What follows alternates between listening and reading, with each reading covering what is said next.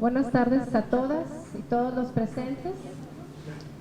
El día de hoy es un gusto para nosotros la concreción de esta conferencia, cuyo objetivo es influir positivamente en la importante labor que representan las revistas para una institución educativa, la profesionalización de quienes colaboran en su publicación y la generación de espacios para la interacción entre los involucrados en este proceso y sus destinatarios.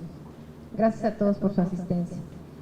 En un primer momento queremos agradecer la presencia de nuestras autoridades, en este caso a la doctora Patricia del Carmen Zambrano, directora de investigación de la Universidad Autónoma de Nuevo León.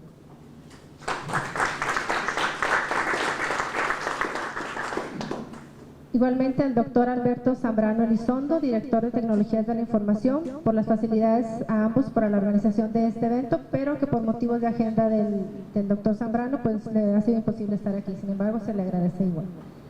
Igualmente agradecemos la presencia del licenciado Dagoberto Salas, coordinador de sistemas para bibliotecas y coordinador de procesos editoriales, digitales, quien lidera el proyecto de revistas UANL y cuyas gestiones y visión hacen posible este evento. Muchas gracias al licenciado Dagoberto Salas. Como primer momento de esta reunión, cedo la palabra a la doctora Patricia del Carmen Zambrano para que nos pueda brindar unas palabras.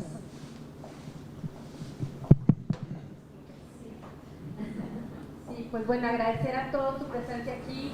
Les pedimos unas disculpas. Ahorita vamos a ir a ver quién está terminando de instalar algo en el edificio. Como saben, pues el edificio es nuevo. De hecho, la semana pasada empezaron a mudarse. Encontramos el espacio propicio para poder hacer la presentación porque por situaciones de agenda el Consejo Consultivo Internacional iban a estar otros espacios ocupados, pero bueno, lo bueno es que todos estamos aquí interesados en la presentación de la doctora Rosario, a quien agradecemos enormemente. Ahorita platicando y pues coincidencias la doctora Rosario está colaborando muy fuertemente con el doctor Noyola de la Facultad de Arquitectura para la conformación de un libro de toda la investigación de la universidad.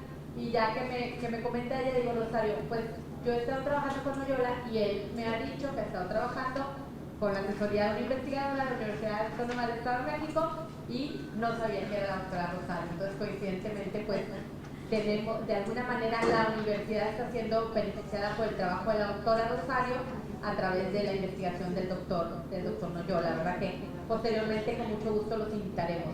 Entonces para nosotros es pues un gran honor que se encuentre aquí con nosotros y poder avanzar en este tema tan importante de las publicaciones.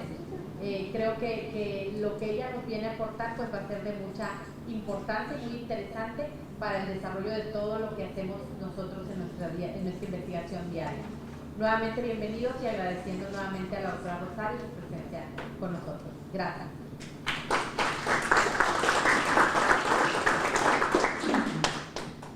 Bueno, a continuación y antes de ceder la palabra a la doctora Rosario Rogel, para su conferencia a los comités de las revistas científicas hacia la conformación de una política editorial, me permito leer una síntesis de su amplio currículum. La doctora Rosario Rogel es socióloga, doctora en ciencias, especialista en teoría social de sistemas, procesos editoriales científicos, acceso abierto y comunicación científica, en temas acerca de los cuales cuenta con diversas publicaciones en libros y revistas especializadas. Ha sido directora y fundadora de diversas revistas científicas y participa como integrante del comité editorial de muchas otras, tanto en México como en el extranjero. Es también profesora de la Facultad de Ciencias Políticas y Sociales en la Universidad Autónoma del Estado de México e investigadora visitante en la Dirección General de Cómputo y de Tecnologías de Información y Comunicación en la UNAM. Es miembro del Sistema Nacional de Investigadores en México, ha colaborado en el desarrollo de metodologías vigentes de evaluación de publicaciones académicas, así como en la redacción del proyecto de ley de acceso abierto en México, aprobado en mayo de 2014. También es consultor independiente en gerencia editorial, que es una empresa de propiedad. Bueno, recibámoslos por favor con un fuerte aplauso.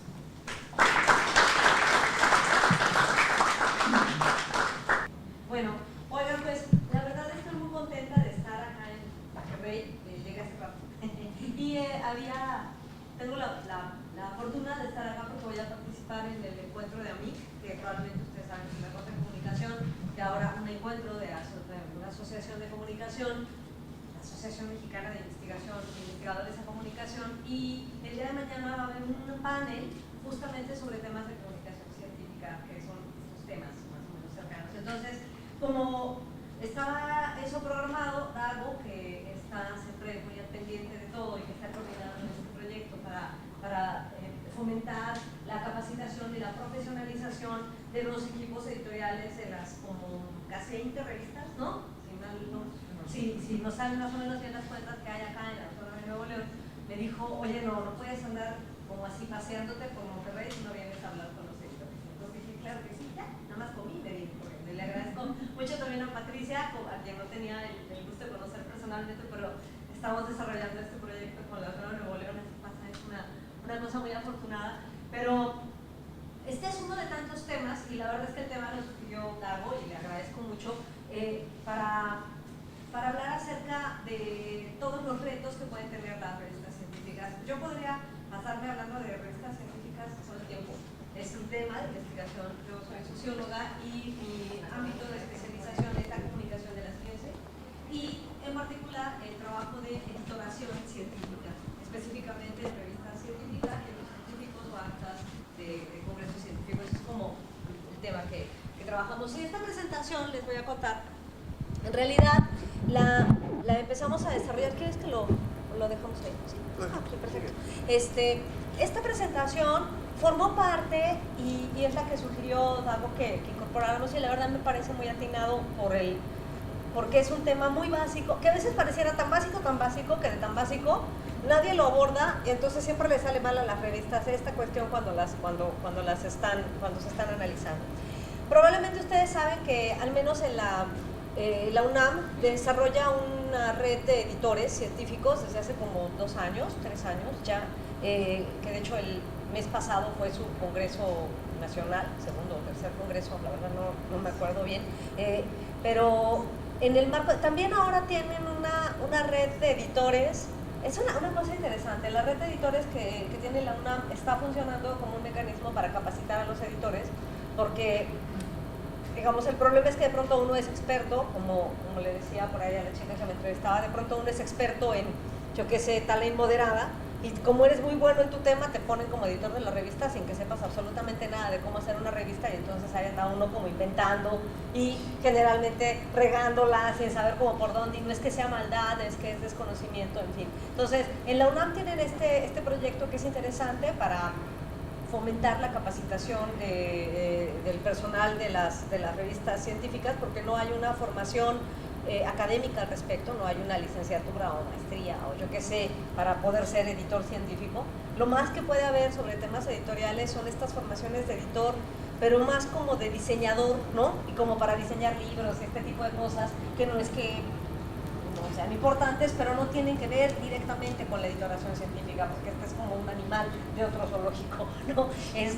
Y además de eso también, fíjense que en la Autónoma en la Universidad Veracruzana y en la Universidad de Guadalajara empezaron a replicar también ya ese ejercicio y tienen ya su seminario permanente de editores, a donde, yo qué sé, una vez cada 2 meses o cada determinado tiempo tienen expertos hablando sobre estos temas para contribuir al mejoramiento de los procesos editoriales, y que no le estemos pidiendo a los editores que hagan cosas que no les hemos dicho cómo hacerlas, ¿no? Entonces primero se les da capacitación y luego ya les dices, ahora debes tener bien hecha la revista.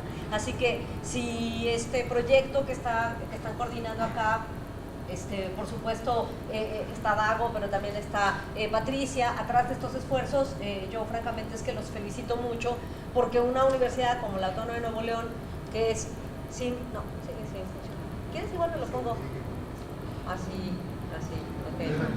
no que fuera a cantar, ¿no?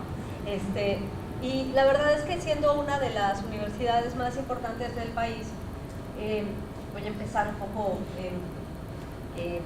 ¿cómo se llama? Así como picándoles el orgullo para que no me digan que no.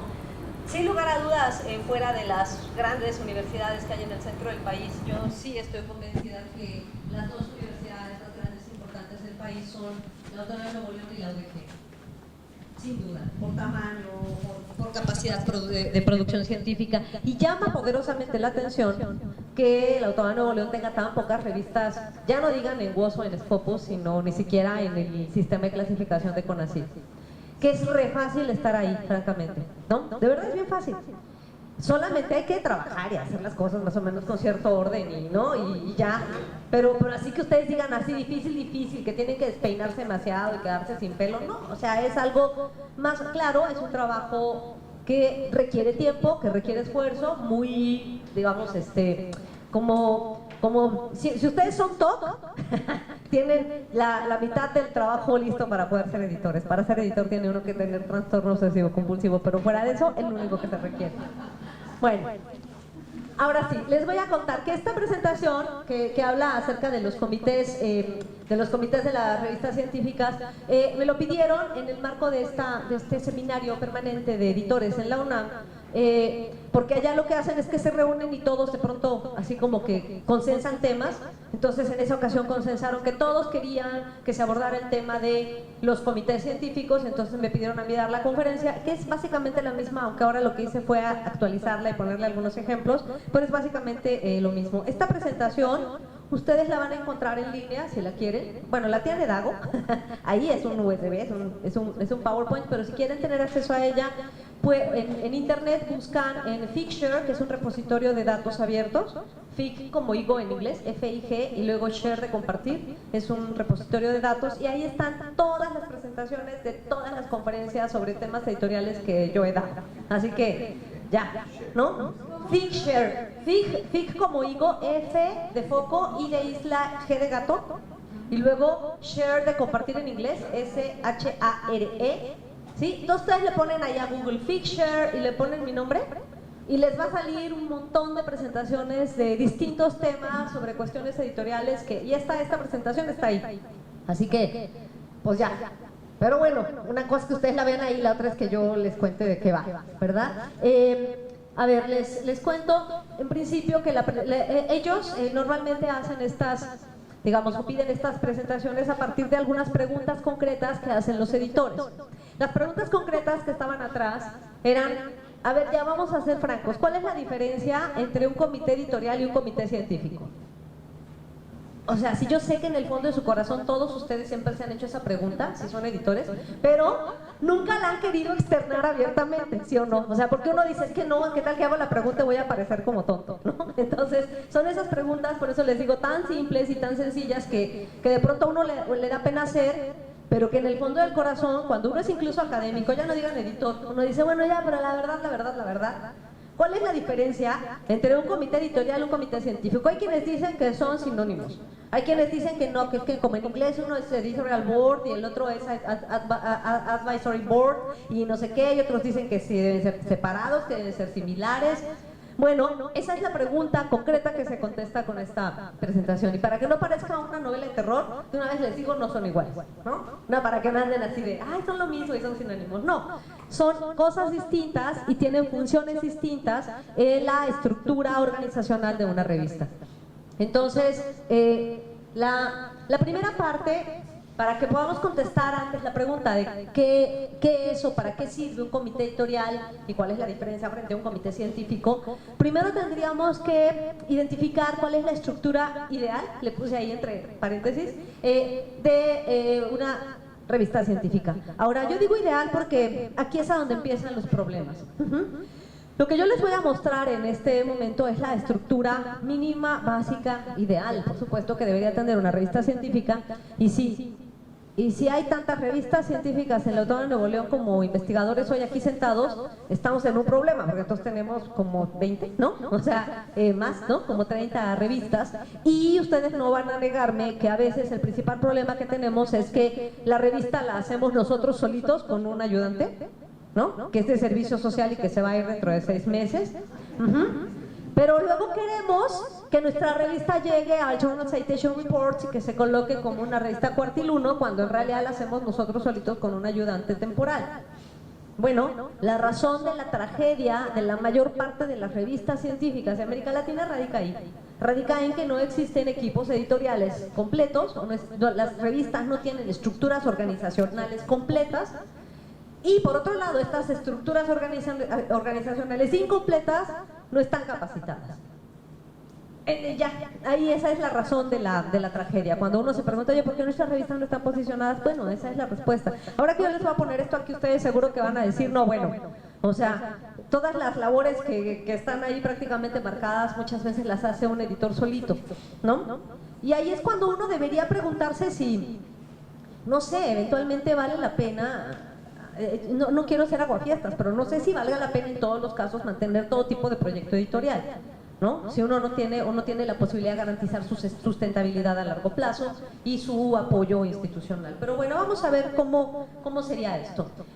Lo que está marcado del lado de acá, ahí sí funciona esto. Lo que aquí está, sí, lo que está marcado de este lado en verde, perdón, en azul, es la parte que, bueno, esta sería la estructura mínima básica de una revista científica.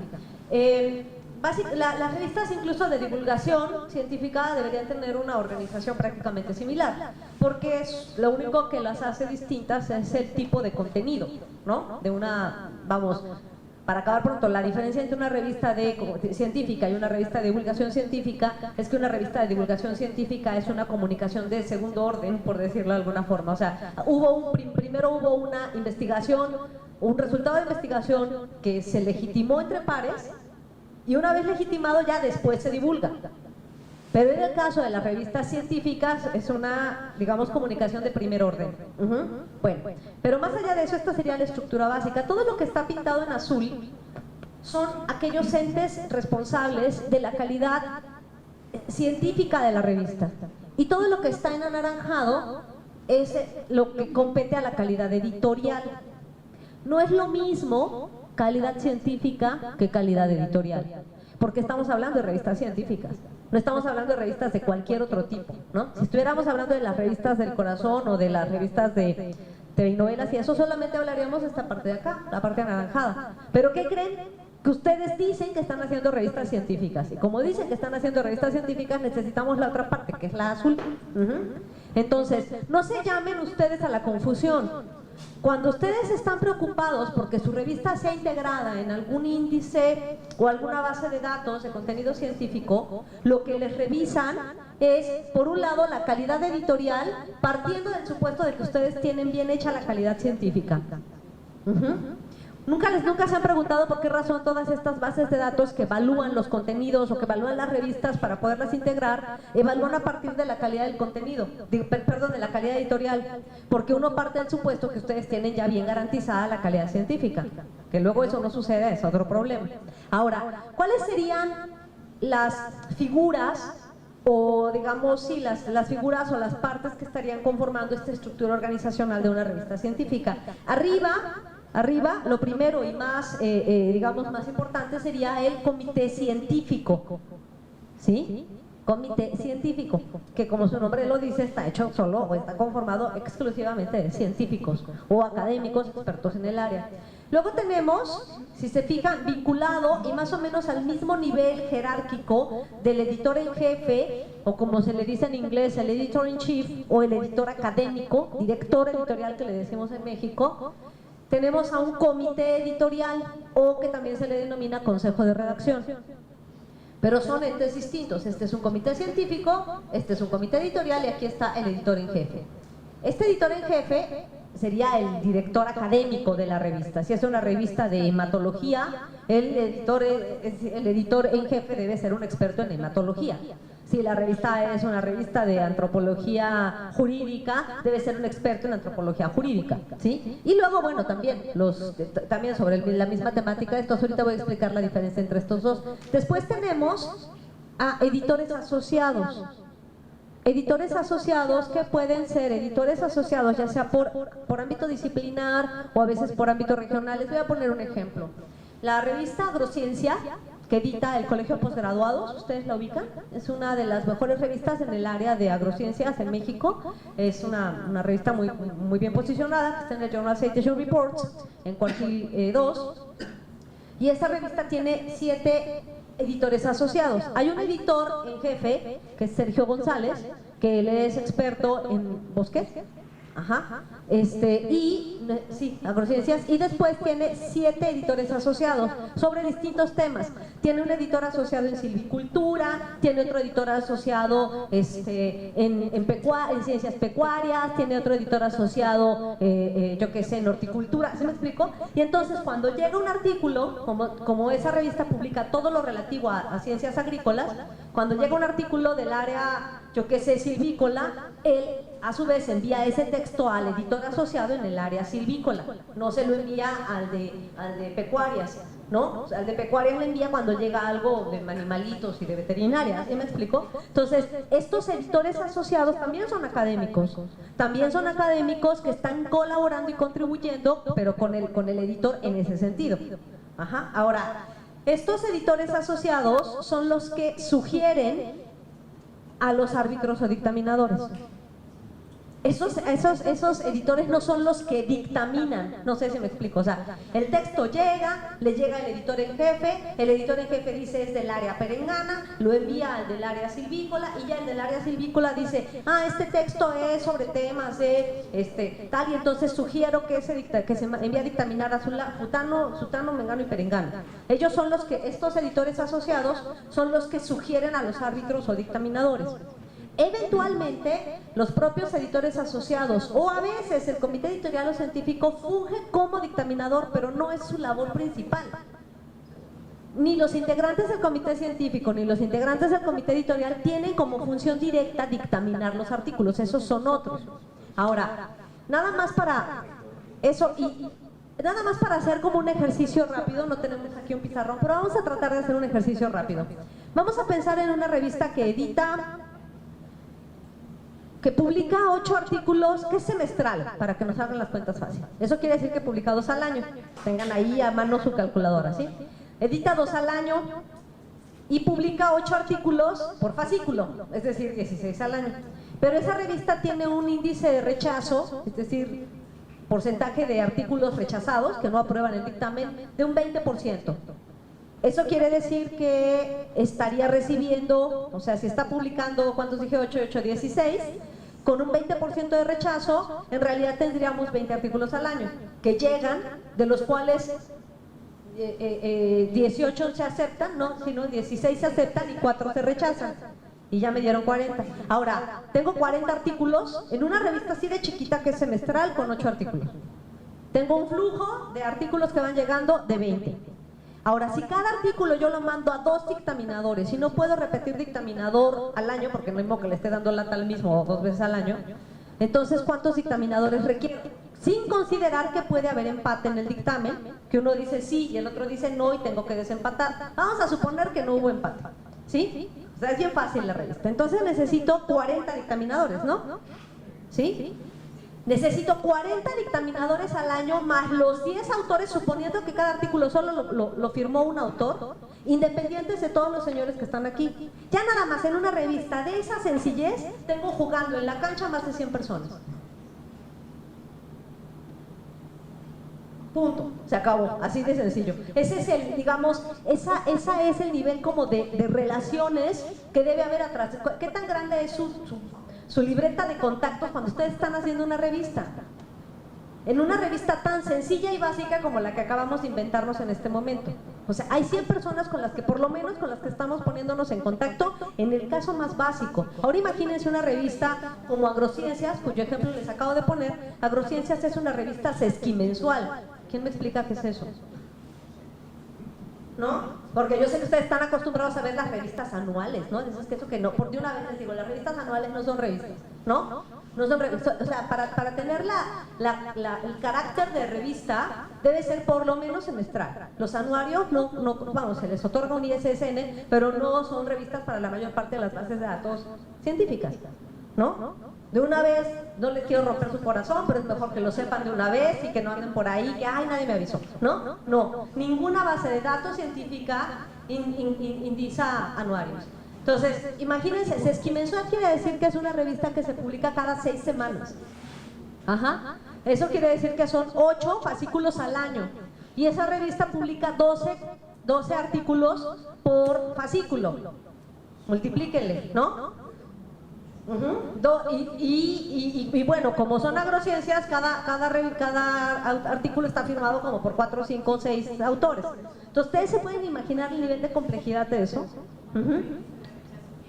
El índice de rechazo de agrociencias es de un 60%, o más, dependiendo como sobre todo cuando las revistas empiezan a tener mayor posicionamiento, empiezan a tener rechazos muy, muy altos. Por ejemplo, la revista que tiene un mayor rechazo de las que yo conozco en México es Archives of Medical Research, que es la revista del Seguro Social, del IMSS, que es la única revista Q1 de México, y tiene un índice de rechazo del 80%. Ahora es Q1, ¿no? Y bueno, ¿no? Y hay otros que andamos correteando a los autores para que quieran publicar con nosotros, pero bueno, de eso no vamos a hablar, ¿verdad? Porque no es su caso. Bueno, pero entonces, solo quiero insistir en que estos árbitros son distintos de estos señores acá arriba. Estos son unos, estos otros, y estos son los que dictaminan. Ahora, todos ellos, porque este es el editor en jefe, el editor académico, por así decirlo. Y luego normalmente hay otro editor que es el editor técnico. Que es el editor técnico o el editor que hace el trabajo de, digamos, el asistente editorial, y es un poco como la bisagra que está en comunicación constante entre la parte más científica de la estructura de la revista con la parte más técnica de la revista. Este editor técnico es el que dice, sí, ya llegó, el que le está dando lata a los dictaminadores de por favor ya mande su dictamen, ¿no? Ay, sí, o está hablando con los del marcaje, oye, ya entrégueme el XML, o así, no, ya hay que actualizar el OJS, hay que hacer todas estas cosas. Ese es el editor que está como a la mitad, habla tanto con los académicos como con la parte técnica, ¿vale? Y luego tenemos aparte esta otra estructura, que es la estructura técnica o de producción editorial propiamente dicha. Esta estructura está conformada generalmente por, yo que sé, el corrector de estilo y traductor. Normalmente las revistas científicas tienen un traductor porque normalmente las revistas científicas se editan, si no solo en inglés, al menos bilingües. Cuando hablo de científicas me refiero a las ciencias que le llamamos ciencias duras, ¿no? Luego las ciencias sociales eventualmente se comunican más en español o en la lengua madre, en la lengua nativa del país de origen, aunque si les interesara tener un mayor nivel de, digamos, de penetración en su audiencia, lo ideal sería publicar en por lo menos 2 idiomas, ¿no? O sea, si no quieren ceder el español, al menos publicar bilingüe. Yo sé que es horrible, pero ¿no? Si ustedes ven una revista en bielorruso, con toda certeza no la van a abrir. Igual que un bielorruso no va a abrir su revista en español, ¿no? Ahora, igual lo que podemos hacer es, insisto, ponerla en 2 idiomas. Es interesante. Luego, por otro lado, tenemos al equipo que hace marcaje. ¿Cuáles de las revistas que están acá en la Autónoma de Nuevo León hacen marcaje de metadatos XML? ¿No? Bueno, es una parte indispensable para la incorporación de las revistas en bases de datos de, digamos, de tanto agregadores como bases de datos de generación de indicadores bibliométricos. ¿Qué es eso? Es una cosa horrenda, de una vez se las aviso. Cuando su revista ya logra ingresar, por ejemplo, a los agregadores importantes o en América Latina, como sería, por ejemplo, Cielo, ustedes ingresan a Cielo y ustedes dicen, ¡ay, qué felicidad! Ahí empieza el verdadero dolor de cabeza. Porque cuando la revista ingresa a Cielo, lo primero que tiene que hacer es empezar a gestionar el marcaje de metadatos. En este caso, los metadatos de un esquema, que es el XML, JATS, que es el Journal Article Tag Suite, que es una estructura de metadatos especial para los artículos de revistas científicas. No se apuren, no lo hacen normalmente los editores. Por ejemplo, las revistas que forman parte del índice, bueno, ya no se llama índice, ahora es el sistema de clasificación de CONACYT. CONACYT le da dinero a los editores para que contraten empresas que hacen el marcaje en metadatos.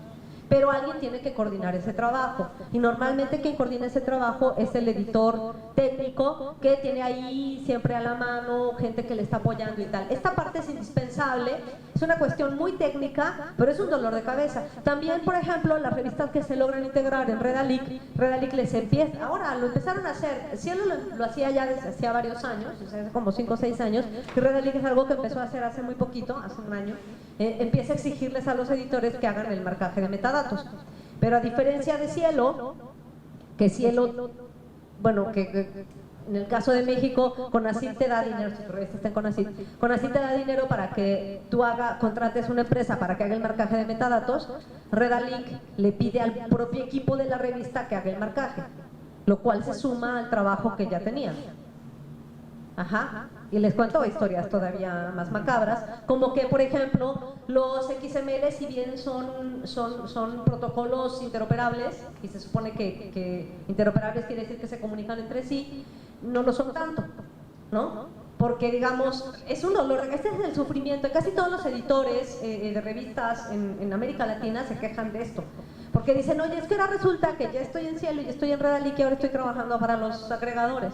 Porque ahora resulta que tengo que hacer el marcaje de Cielo y aparte el marcaje de Redalink. Porque no son, bueno, sí son compatibles de un lado, pero no del otro. A ver cómo les explico. El marcaje de metadatos de Cielo utiliza muchas más etiquetas. Es un ejemplo, por decir 10 etiquetas, es un ejemplo, pero son más, deben ser como 500. Y es el mismo estándar. Y Cielo utiliza menos etiquetas, pónganle 6 en lugar de 10. Lo cual hace que el marcaje de metadatos de Cielo sí le sirva a Redalink, porque es mucho más extensivo, pero el de Redalink no le sirve a Cielo, porque le faltarían datos, ¿sí?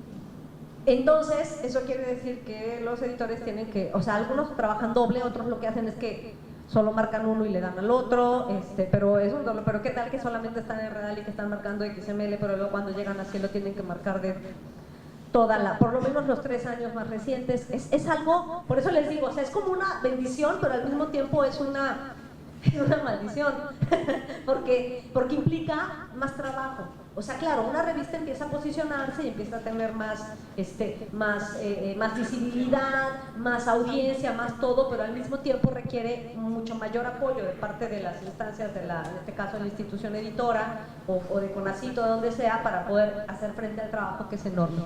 Luego tenemos otra área, que es el área de producción y diseño, que ya francamente en las revistas puramente científicas electrónicas ya es muy distinto a como era antes, porque antes ustedes se acuerdan que todavía veíamos con el diseñador, que la caja tipográfica, y que no, sobre todo, y todavía funciona para el caso de las revistas que son híbridas, es decir, que publican papel y electrónico, pero el día de hoy, chicuelos, la mayor parte de las revistas puramente científicas se han migrado 100% al electrónico. Entonces, con esta migración 100% al electrónico cambian, luego invítenme a dar una plática de eso, porque está muy divertida, pero cambian muchas cosas de los procesos, y entre ellas, por ejemplo, si ya tienen el marcaje de metadatos, las revistas ya no requieren a los diseñadores. Hay por aquí diseñadores, no se me pongan tristes ni a llorar, pero ya no, porque ya no hay que hacer el diseño que antes se hacía y que ver la caja tipográfica, no, ya no, porque lo que se hace es que, hagan de cuenta, poner el marcaje XML es como irle poniendo etiquetas a la información, y todo eso atrás va teniendo como hipervínculos, y entonces cuando uno ya tiene los artículos marcados en XML, uno puede convertir esos artículos en un EPUB, por ejemplo, de manera prácticamente automática, con lo cual ya la verdad no vamos a necesitar mucho a esos diseñadores tradicionales. ¡Qué complicado! ¿Sí? Discúlpeme, yo quisiera preguntarle sobre estos sitios que ofrecen el servicio de diseño y de anclaje sobre los XML, o sea, es decir, como que tú contratas el servicio por un año, eso nos lo presentó a Roberto en la última reunión de editores, y me quedaba como la duda de que si este tipo de revistas, digamos, si este tipo de servidores que ofrecen estos servicios funcionan también para tener imágenes. Sí, también sirve para tener imágenes, aunque quizá lo mejor para una institución sería que los XML y en sus distintas facetas, por ejemplo el visor XML, viva y radique en los servidores de la universidad, no que ustedes contraten el servicio y que la revista viva afuera. Eso sería, digamos, no sería adecuado por 2 razones. Primero, porque si vive fuera de los servidores, eso no colabora para el ranking web de la universidad. Y por otro lado, porque estarías dependiendo tecnológicamente de una empresa, ¿no? Y eso no siempre es lo más adecuado. Pero sí, el día de hoy, digamos, incluso todo el ¿cómo decirlo? Todo el esquema de negocios de lo que antes era el trabajo editorial, porque antes, ustedes todavía se acuerdan que había empresas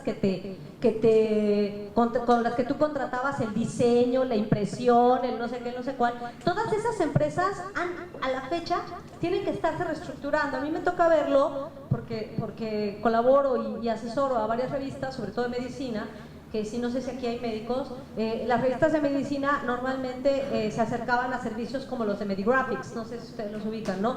Medigraphics o el señor Nieto, ¿no? Que yo no lo conozco pero me debe odiar, porque hacían un trabajo tradicional de hacer formación y no sé qué, y ahora ellos mismos han tenido que empezar a aprender a hacer XML, a hacer visores de XML, ¿no? A ofrecer, yo qué sé, cómo lo vas a vincular con los DOIs, con los ORCIDs, con todas estas cosas que son nuevas, porque esa era una industria que estaba como muy ligada al papel. Y ahora que la comunicación científica se empieza a migrar a lo electrónico, las empresas se están volviendo locas. No me preocupo tanto porque se van a terminar adaptando. Y va a suceder lo que sucedió cuando surgió la imprenta, ¿no? Que los escribanos, un día dejaron, ya se acuerdan que los escribanos, cuenta la leyenda que fueron y quemaron unas cuantas imprentas de las de Gutenberg, se enojaron mucho, pero ya luego no sé qué. Y bueno, y ahora la era Gutenberg parece ser que empieza a darle paso al, digamos, como al pixel, y tenemos el reto de no nada más aprender a ser editores, sino ser editores en esta migración a lo digital, que es un reto interesante. Y cambian las formas de trabajar que veníamos teniendo. Bueno, yo quisiera preguntar, bueno, si ya se enfrenta el problema con el diseñador que no está, y el otro problema que es cómo acceder a estos recursos, si ya la universidad lo puede, ¿cómo podríamos hacerlo de manera integral? Sí, es posible hacerlo, y la buena noticia de todo esto es que, claro, requiere mucha capacitación, y la inversión inicial es más cara, pero a la larga es más barato. O sea, la migración a lo digital, en un principio, o sea, el primer jalón es más caro, pero de ahí en adelante es más barato si dejan de imprimir. Si no, no. Los tiempos van a seguir siendo lentos, porque donde más se tarda el proceso editorial es en la revisión por pares, ahí no hay manera. Pero que la universidad puede generar economías de escala para poder apoyar a las distintas revistas que tiene es ciertísimo. O sea, le sale más barato a una universidad como la Autónoma de Nuevo León, que tiene, yo qué sé, vamos a poner 20 revistas, le sale más barato apoyar a 20 que a una universidad, yo que sé, un tecnológico chiquitito que tiene 2 revistas, apoyar a las 2, ¿sí me explico? Por economías de escala.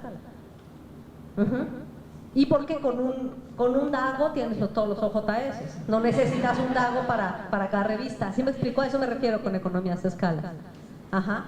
Felizmente. Ahora cuiden ustedes mucho a DAGO, porque si no, ¿quién les hace el OJS? Bueno, esa es para la parte de diseño y producción.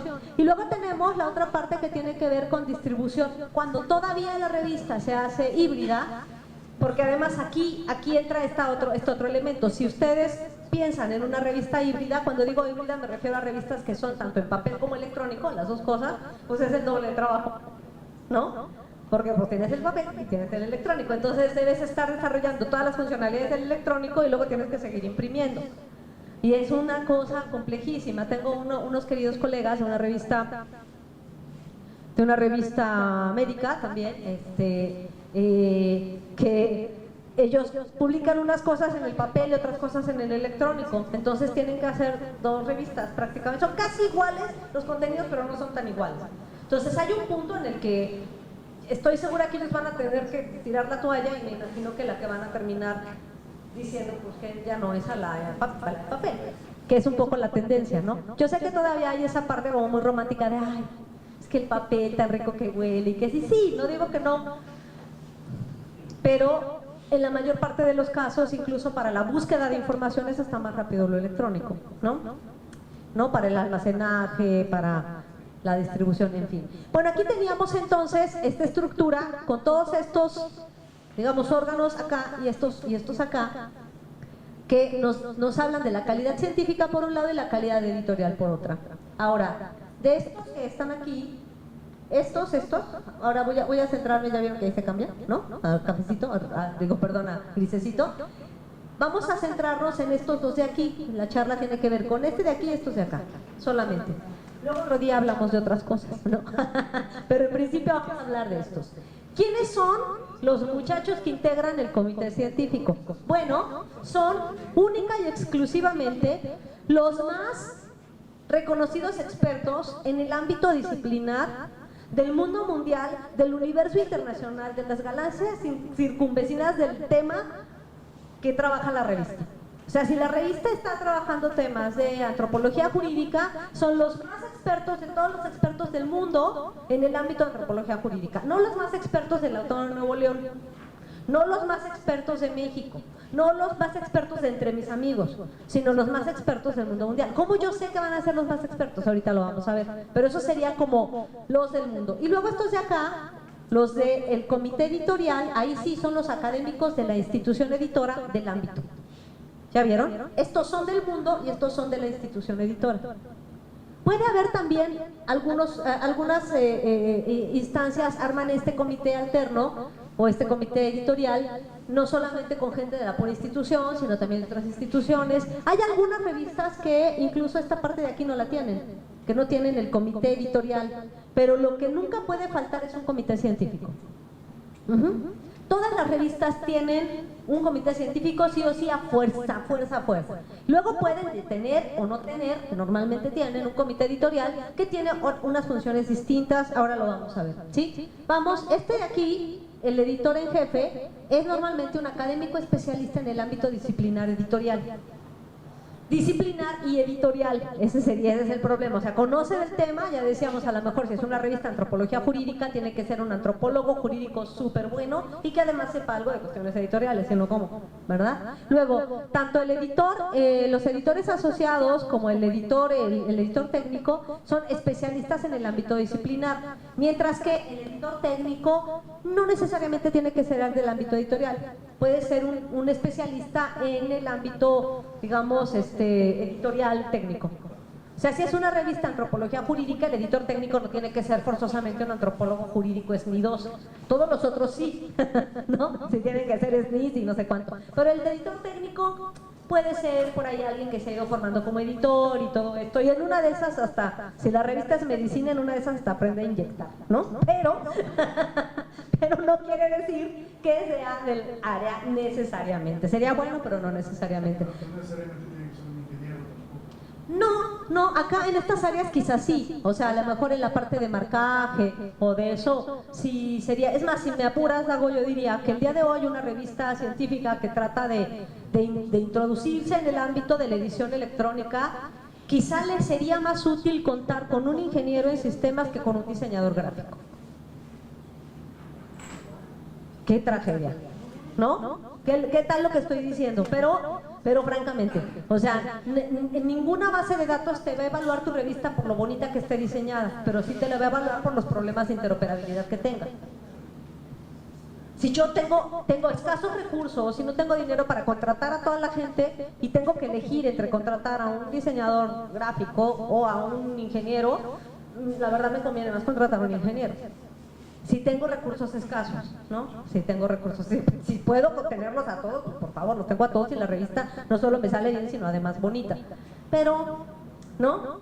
Pero considerando que no siempre es el caso y bueno, toca decirlo, ¿no? Ahora, los árbitros siempre son especialistas en el ámbito disciplinar. Ya se fijaron que todos los señores que están en esta parte de aquí, todos tienen que ser académicos, digamos, con investigación en activo. Quizá el editor técnico es el único que puede no necesariamente ser un académico, digamos, formalmente, y los de acá no tienen por qué ser SNIs, ¿no? Bueno, ustedes se encuentran por ahí un corrector de estilo que aparte es, ¿no? Yo qué sé, doctor en letras clásicas y tiene SNI, no sé qué, pues qué afortunados, pero no necesariamente, es un trabajo más de producción editorial. Ahora, ¿de quién depende? Nosotros vamos a hablar concretamente de estos de aquí, donde están las flechitas, ¿sí? El comité científico y el comité editorial. Ahora, ¿cuáles son las funciones del comité científico y del comité editorial? Dense cuenta que uno de ellos es el científico, que es el que estaba hasta arriba, es el que vamos a hablar primero, y luego del editorial. Vamos a ver. El comité científico, que en las revistas en inglés normalmente ustedes lo van a encontrar como Advisory Board, ¿qué funciones tiene? Bueno, en principio, son investigadores especialistas en el ámbito disciplinar pertenecientes a instituciones y países distintos de la institución editora. Es decir, a puros sabios en el ámbito que, por amor a Cristo, si la revista es de la Autónoma de Nuevo León, que no sean solo de la Autónoma. No digo que no eventualmente haya uno bien sabio en la Autónoma de Nuevo León del tema, pero lo que está bien raro es que en su comité editorial tengan, yo qué sé, 15 personas y las 15 sean de la Autónoma de Nuevo León en mi comité científico. Pues ahora resulta que todo el experto ¿no? del campo, todos viven en la Autónoma de Nuevo León, ¿no? Nadie se las va a creer, nadie. Ajá. Entonces, ahí, ¿cuáles serían? Porque mucha gente me pregunta por la cantidad que sería adecuada colocar. Y yo siempre digo que una cantidad que ojalá sea manejable, pero va a depender de la revista y de los ámbitos temáticos que maneje la revista. Pero yo siempre les sugiero que de considerarlo, si es una revista, vamos, no es un mega journal, no es una revista enorme, nunca pongan más de 15 y siempre traten, ¿no? Yo qué sé, 11, 15, pero siempre deben ser números nones. Siempre deben ser números nones, ¿sí? Porque si llega a haber la necesidad de que voten y estas cosas para que exista la posibilidad como ¿no? Digamos como de dirimir, de que no tenga yo empates o cosas por el estilo, pero en un comité científico normalmente uno encuentra 11 personas, 15, puede haber incluso más, pero todo depende de lo que sean capaces de manejar y del flujo de revistas, de artículos que tengan. Ahora, ¿qué hace el comité científico? Bueno, su papel es asesorar y evaluar la publicación. Fíjense bien, evalúan la publicación, no necesariamente evalúan artículos. Ellos valoran la publicación, ven la publicación y dicen, esta publicación es una cosa decente que vale la pena respaldar, ¿sí? O sea, es la publicación a la que están avalando, no a los artículos, o evaluando también. Ahora, con su trayectoria, porque todos tienen que ser personas de muy amplia trayectoria, con su amplísima trayectoria dan respaldo científico a la publicación. Ahí sí, o sea, si tengo a lo mejor un premio Nobel o tengo, o sea, gente de verdad como de súper punta o con lo que tengan los más altos estándares, ahorita vamos a ver en qué consistirían. Promueven la publicación en ámbitos internacionales, o sea, promueven la revista en ámbitos internacionales y yo qué sé, se lleva la revista a los congresos internacionales y se la llevan a Rusia y dicen, mira qué buena revista la que hace el Autónoma de Nuevo León, que nos hace el favor de por lo menos tener los resúmenes en inglés para que los rusos entiendan que estamos escribiendo, ¿no? En fin, es un cargo honorífico y temporal. Y es un cargo, bueno, ad honorem, pero a título de la persona. ¿A qué me refiero cuando digo ad honorem, honorífico, temporal y a título de la persona? Yo no voy a invitar a una persona al comité científico en su calidad del cargo que ostenta, sino por la trayectoria que tiene. Les pongo un ejemplo. No voy a invitar, perdónenme el ejemplo, lo voy a poner así, yo no voy a invitar a Patricia a mi comité editorial por su cargo de coordinador de investigación. Yo la voy a invitar por su expertise en el área ¿de qué área eres? De ingeniería. ¿Sí? O sea, cosa que si ella deja el cargo, de todas formas sigue estando en el comité, ¿sí me explico? Yo no invito a Perengano porque es rector y no invito a Sultano porque es secretario no sé qué, digo, me ha sucedido ver cada cosa. Una vez encontré una revista, de verdad un primor, yo una vez incluso estábamos haciendo como un manual con ejemplos de lo que no se debe hacer, aunque era muy balcón para todos, pero había una revista, se los juro, que tenía en su comité editorial, su comité científico, al rey Juan Carlos de España. ¿Juan Carlos se llama? ¿Sí? De España. O no, pero cuando era el otro, cuando era el papá de este. Que, digo, alguna gracia debe tener, pero así como para estar en el comité científico de una revista, no, por Dios, o sea, no, qué horror. Y luego esa misma revista tenía a Vicente Fox. Vicente Fox. No, porque es la misma risa que nos da del rey. O sea, no, hasta ridículo se ve. Una vez me llegó una revista, se los juro, una revista de estudios electorales, que tenía en el comité editorial al secretario de investigación de una universidad muy prestigiada que es veterinario. Entonces yo le decía al editor, pero ¿por qué pusiste a Perengano en tu comité? Es que es el secretario de investigación de la universidad, sí, pero es veterinario. Digo, en una de esas vota, ¿no? Incluso, ¿sabes qué? Con un voto razonado y juicioso. Pero eso no quiere decir que lo vas a poner como un miembro del comité científico de una revista de estudios electorales. No, porque si alguien lo va a ver, o sea, alguien se va a notar y francamente no, ese tipo de cosas no las suceden a cada rato. Yo sé que ustedes han de decir, ay, no es cierto, y ahí los veo ahorita borrándole a 3 compartes científicos. No, spoileé a nadie, ¿no? ¿Qué hace el comité científico? Sugiere estrategias de posicionamiento como canal de confianza para una comunidad disciplinar. ¿Qué es lo que hacen? ¿Saben qué? ¿Saben cuál es la principal labor del comité científico, estos sabios del mundo? Decirle a los otros sabios del mundo, lee esta revista y ¿sabes qué? Cítala. Yo no quiero que un premio Nobel, bueno, estaría bien que publique un día mi revista, pero la verdad, me van a ayudar más no si publican en ella, sino si la citan. Si la citan en revistas, digamos, también de prestigio. Eso sí quiero que hagan. No quiero que estén publiquen mi revista. La verdad, mejor que la citen. Y eso sí está más difícil, porque no van a citar a nada que no les parezca realmente relevante como digno de ser citado. Bueno, ahora, ¿qué hace? ¿Cuál es el perfil de los que forman parte de este comité científico? Bueno, ellos deben publicar activamente en revistas indizadas internacionalmente. No nada más publicar un montón en sociales. De aquí debe haber un montón de gente. Yo soy de sociales. Pero no se vale nada más tener gente que ha publicado muchos libros y no tiene nada de publicación en revista por una simple y sencilla razón. Ustedes lo están invitando a formar parte de un comité científico de revistas. El día que ustedes conformen un comité científico de libros, invítenme a todos los que andan escribiendo libros con porrúa y trillas y todas esas cosas. Pero si ustedes están armando un comité científico de una revista, inviten a gente que publica en revistas. Y ahí es a donde empezamos a tener problemas, sobre todo para el área social, porque la gente de sociales casi no publica en revistas indizadas, publicamos luego en cualquier lado menos en esos lugares, ¿no? Me daba cuenta recién en ciertos estudios, ¿no? Hechos que, por ejemplo, los SNIS 3, ¿no? Tienen todas sus ¿no? Y no tienen ningún artículo en revistas ni WOD, ni Scopus, ni nada de esto, ni bueno ni malo. Yo digo, han llegado ahí porque han publicado otras cosas y no hay. Es un dato interesante, es un dato que lo dejo sobre la mesa, no digo que sea bueno o malo, lo dejo sobre la mesa. Ahora, yo sí tendría que estar viendo si los miembros de mi comité científico están publicando activamente en revistas indizadas. Y cuando digo revistas indizadas, depende de dónde quieren que llegue su revista. ¿Sí? O sea, si ustedes dicen, para mí lo máximo es llegar a CONACYT, bueno, que estén publicando en revistas CONACYT. Si para ustedes lo máximo es que su revista llegue, yo que sé, a Cielo, bueno, que estén publicando en revistas Cielo. Si para ustedes lo máximo es que su revista llegue a Scopus, pues que estén publicando en revistas Scopus. Ustedes definen hasta dónde tiran la piedra, ¿no? Luego, que los integrantes de este comité científico, y esto es súper relevante, tengan un índice H superior a la media de la disciplina. ¿Quién me dice que es el índice H? ¿No? Bueno, se los comento así. El día de hoy CONACYT, cuando cambió su política de revistas, que ya no es un índice, les digo, sino un sistema de clasificación, este es un elemento que evalúa para cuando las revistas quieren entrar al sistema de clasificación de CONACYT. No se me llamen al espanto cuando vean ese dato, ya se los dije. Ahora, no es que sea imposible, tampoco es que sea tan fácil, pero no es que sea imposible. Ustedes al final están conformando su comité. Y ya ustedes cuando ven el perfil de los miembros de su comité dicen, ¿y ahora a quién invito? ¿No? Que tenga un índice H, por lo menos que tenga índice H, ya no digan alto, ¿no? Que por lo menos tenga índice H.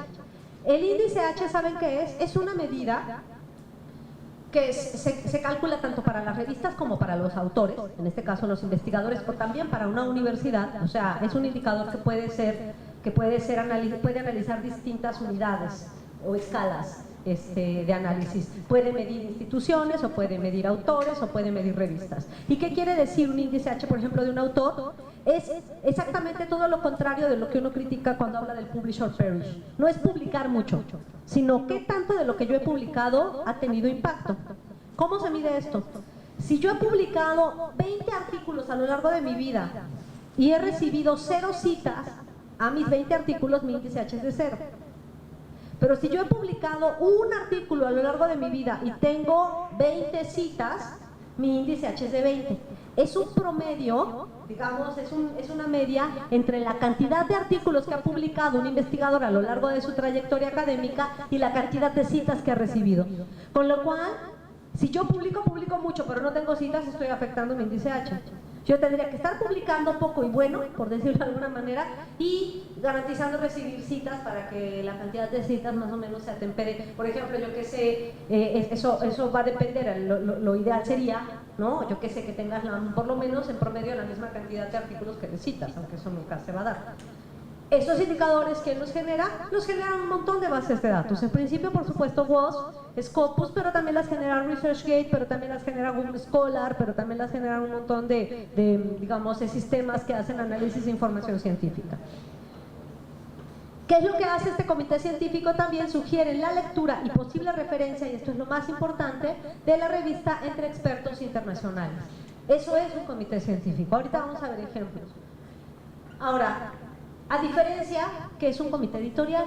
Bueno, un comité editorial que no científico es el comité que está interesado en ver la vida editorial de la revista. Aquí ya no es necesario que sean súper destacados. Es bueno que sean académicos, pero no súper destacados. Pueden no serlo o serlo. Ellos lo que van a hacer es trazar y desarrollar lineamientos de política editorial en consonancia con la entidad editora. Porque estos del comité editorial sí son de casa. Sí son de casa. Y entonces, por ejemplo, voy a poner un ejemplo.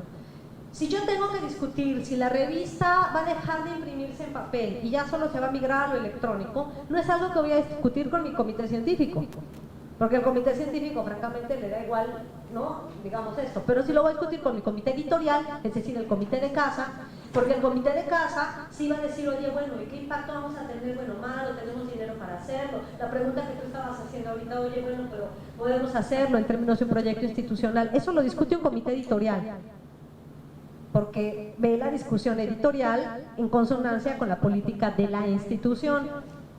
Otra cosa es la disciplina científica en el mundo. No sé si me explico. O sea, no vas a poner al biólogo molecular a discutir si la revista ya no va a tener 40 páginas sino 20, por favor. Sin embargo, creo que he revisado algunas y, por ejemplo, la TINDEX y algunas piden cierto porcentaje, no por así, porcentaje de todo un comité, sobre todo la TINDEX, de todo un comité editorial que forman de investigación, un comité editorial, un porcentaje de individuos, profesionistas o expertos que sean fuera de la institución. Sí. Entonces, ahí como que hay que hacer un equilibrio, como quiera que sea el comité editorial de casa cuando quiero ser evaluado en general. Claro. Cuando la TINDEX se refiere a eso, se refiere al comité científico, ¿sí? Y lo que es importante es que en la parte de la política editorial tú pongas en la política editorial cuáles son las funciones del comité científico y del comité editorial. Los colegas de la TINDEX van a poder hacer perfectamente la diferencia. En el comité científico sí es indispensable, como decíamos hace rato, y permítanme que me regrese, ¿sí? Que debe ser pertenecientes a instituciones y países distintos en la institución editora. Si yo ahí tengo, en el científico, tengo puro mexicano, ya no, o tengo yo qué sé, sí tengo del extranjero, pero todos son de la Universidad de Guatemala, o de la que quieras. No, o sea, debe haber diversidad de países, diversidad de instituciones, aquí, en el científico. El editorial, que por su propia naturaleza estaría, por eso se llama editorial o consejo de redacción, ¿sí? Sería más de casa y tendría funciones no científicas, sino funciones más editoriales e institucionales, como decía. A lo mejor determinar si la revista se va a ir a solo electrónico, si va a dejar, estoy inventando, si la revista va a dejar de imprimir a color y ya solo va a ser blanco y negro, si la revista vale la pena contratarle un gestor privado, por ejemplo, no sabes que no vamos a usar OJS, vamos a usar Editorial Manager, estoy suponiendo. Entonces eso no lo va a discutir el comité científico, eso lo va a discutir el consejo de redacción interna o el comité editorial.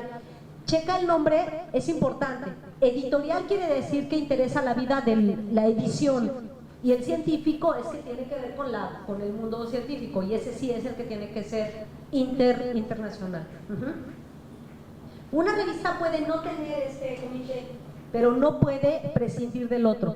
El que sí tiene que estar es el científico, sí o sí. Este puede o no puede estar.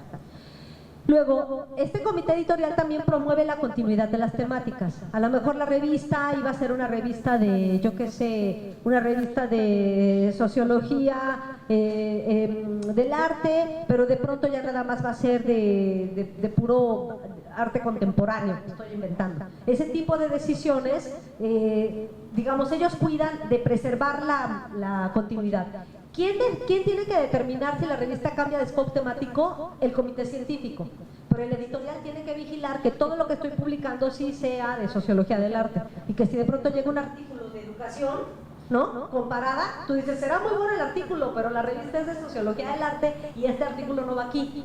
Eso quien lo decide es este comité, ¿sí? O sea, que vigilar que sí está uno publicando las cosas que está publicando. Estaba yo hablando antier o ayer con un colega muy querido de una revista y yo le decía, es que el problema es que tiene de todas las áreas.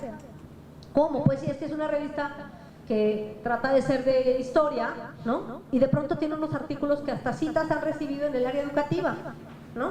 Y le digo, pues si te quieres posicionar, pues en educación vas bien. No, ¿cómo crees? ¿Para qué publican educación y luego pegó? ¿No? Entonces, o dejas de publicar educación y empiezas a publicar antropología bien hecho, o ya sales del closet y dices que tu revista es de educación. Pero no haga, pero eso va a suceder si ustedes no cuidan una línea temática. Esa tarea es del comité editorial. Decir, oye, puede ser muy bueno el artículo, pero de la revista era de historia. Oye, el texto es buenísimo, pues sí, pero por bien de la revista y por bien del propio investigador, manda lo que publique en una revista de educación. Porque flaco favor le hacemos a un trabajo bien bueno publicándolo en una revista que no es de su ámbito temático, ¿no? Bueno, luego, mantener y aumentar el valor académico de la publicación en términos de las indizaciones a donde está registrado, revisar y evaluar el trabajo de los árbitros. Decir, ay, los árbitros están haciendo un buen trabajo, malo, yo qué sé, eso lo hace el consejo de redacción.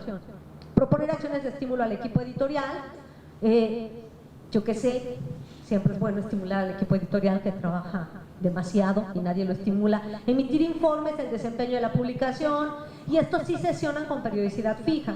Los otros no, porque son, yo qué sé, famosos, muy famosos, que en realidad lo único que están haciendo es dando su respaldo científico. Estos de aquí también deben tener un perfil académico activo vinculado al área disciplinar de la revista, deben estar publicando activamente en revistas indizadas, pero si se fijan aquí no les vamos a exigir necesariamente que tengan un índice H altísimo, eso sí se lo vamos a pedir a los del científico. A los del académico, bueno, con que estén en activo y ya, ¿no? Y también sugieren la lectura y referencia de las obras. Este sería un ejemplo, esta es una revista que se llama Scientiometrics, pero este es un ejemplo de un comité editorial implícito. O sea, que ellos, por ejemplo, si tienen aquí a su Reviewers Board, le llaman ellos, y su comité editorial en realidad son estos que están acá. No le llaman tal cual Editorial Board, pero lo tienen porque son más bien los de la institución editora, que es una institución que los tiene ahí. Es un ejemplo, ustedes los pueden ver. Tengo acá otro ejemplo de una revista de ciencia política. Estos son editores asociados, pero por ejemplo esta revista no tiene comité editorial explícito, pero sí tiene comité científico. El comité científico está acá.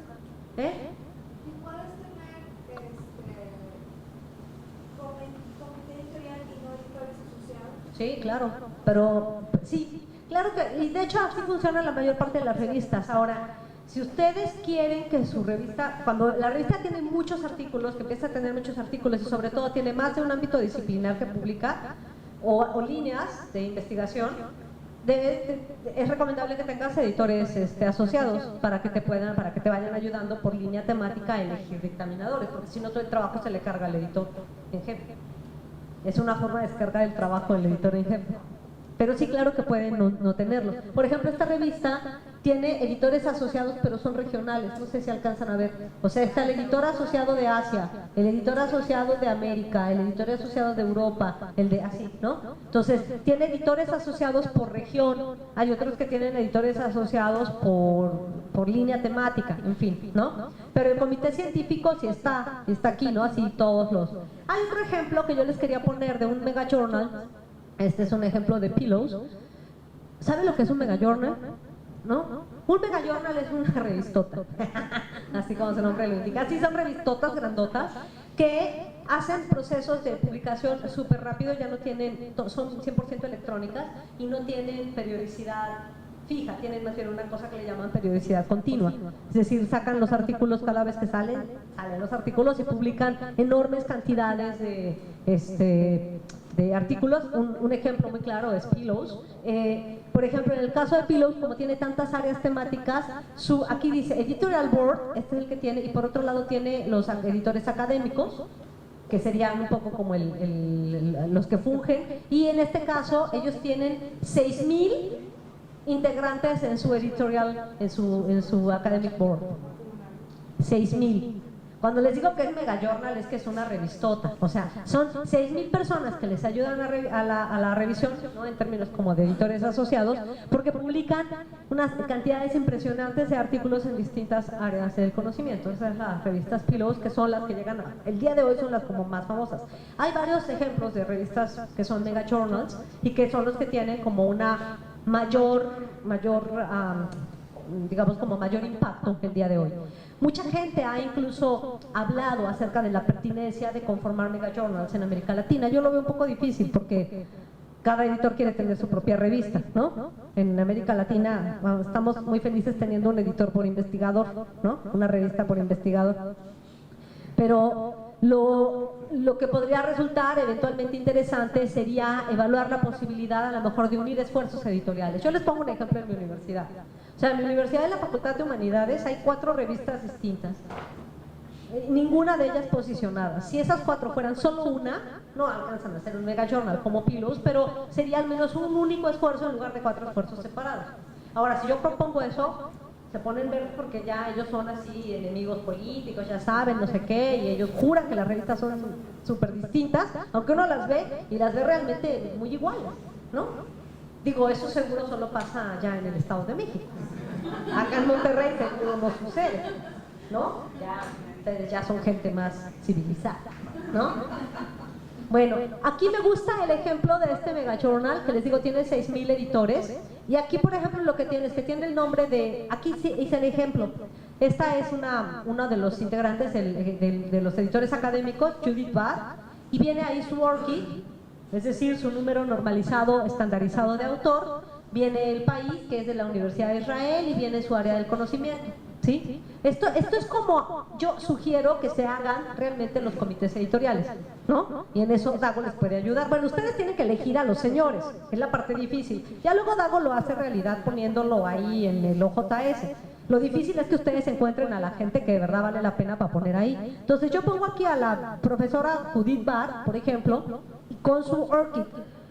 Si yo estoy queriendo poner ahí a un académico y este académico no tiene ni siquiera ORCID, es que es como para, ¿no? O sea, sí tienen que hablar con sus... ¿Cómo ustedes están queriendo armar un comité editorial y sus integrantes de comité no tienen ni ORCID? ¿No? Ajá, qué horror. O sea, digo, y si de verdad no pueden vivir sin él, ustedes ayúdenle a abrir su ORCID. Bueno, ya que, sí, ¿no? Así de, a ver, mire doctor, le ayudamos a que lo abra, pero no puede ser que mi comité editorial no tengan los integrantes del comité en su propio ORCID, que son de otros países y universidades que le vamos a hacer. En el caso de esta investigadora, si yo le hago clic aquí al ORCID, ustedes ya saben, le hago clic y ¡parra! Me sale su perfil en ORCID. Ella, como decíamos, está en Israel, aquí está en la University of Israel y no sé qué, y esta autora tiene aquí su perfil en Scopus y su perfil en Research ID. Si yo le hago clic a cualquiera de estos dos, nada más le hice clic al segundo, al Research ID, aquí me sale, y la profesora Judith Barr tiene un índice H, aquí está, ¿dónde está? Un índice de 26. ¿Qué quiere decir un índice H de 26? Que esta profesora tiene al menos 26 artículos con 26 citas cada uno. Y eso, señoras, eso señores es fact. Y ahí entonces yo le digo, por favor, venga usted a mi comité editorial, ¿no? Ahora, ustedes vayan a sus respectivos comités editoriales y busquen a los integrantes de sus comités, ya sea en el Scopus ID o en el Research ID, y vean qué índice H tienen. No nos importa el SNI, con certeza deberá estar vinculado, I hope, ¿no? No se crean, hemos encontrado algunos investigadores con unos H's muy altos y que no son SNI, y algunos SNI 3 que no tienen un solo artículo en las... Así es esta vida, ¿no? Quién sabe cómo funciona ella dentro de eso, pero nosotros estaríamos esperando que sí lo tengan. Y si ustedes ven y revisan su comité editorial y dicen, ¡ah! Todos los que están en mi comité editorial, ninguno tiene un H importante, dicen, Houston, tenemos un problema, tengo que empezar a buscar. Y luego ahí, una vez una editora me decía, es que se me acaban de caer todos mis ídolos. Yo sí, me puedo imaginar, pero tengo que empezar a buscar otros, cómo los voy a integrar. Alguien una vez me decía, no, pero es que en mi área del conocimiento nadie publica en Scopus ni en WOS. Ok, entonces ponme su H de Google. Con las citas más hippies, ponle, ¿no? Porque las otras GB son menos hippies. Pero si no, o sea, pero por lo menos un índice H de algún lado.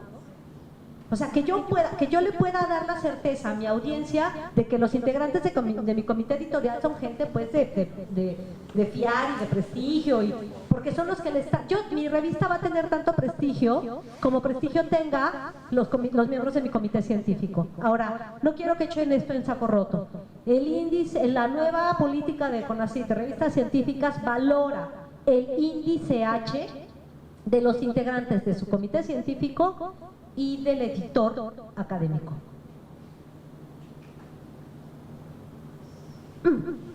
No manden al mensajero, yo solo traigo el mensaje, así está, lean digamos el manual, y insisto, no se llamen a la sorpresa cuando digan, ahora resulta que el índice, que la revista, el sistema de CONACYT me pide el índice H en sí, ¿no? Luego igual es una injusticia, luego igual todo lo que ustedes quieran, pero lo piden, ¿no?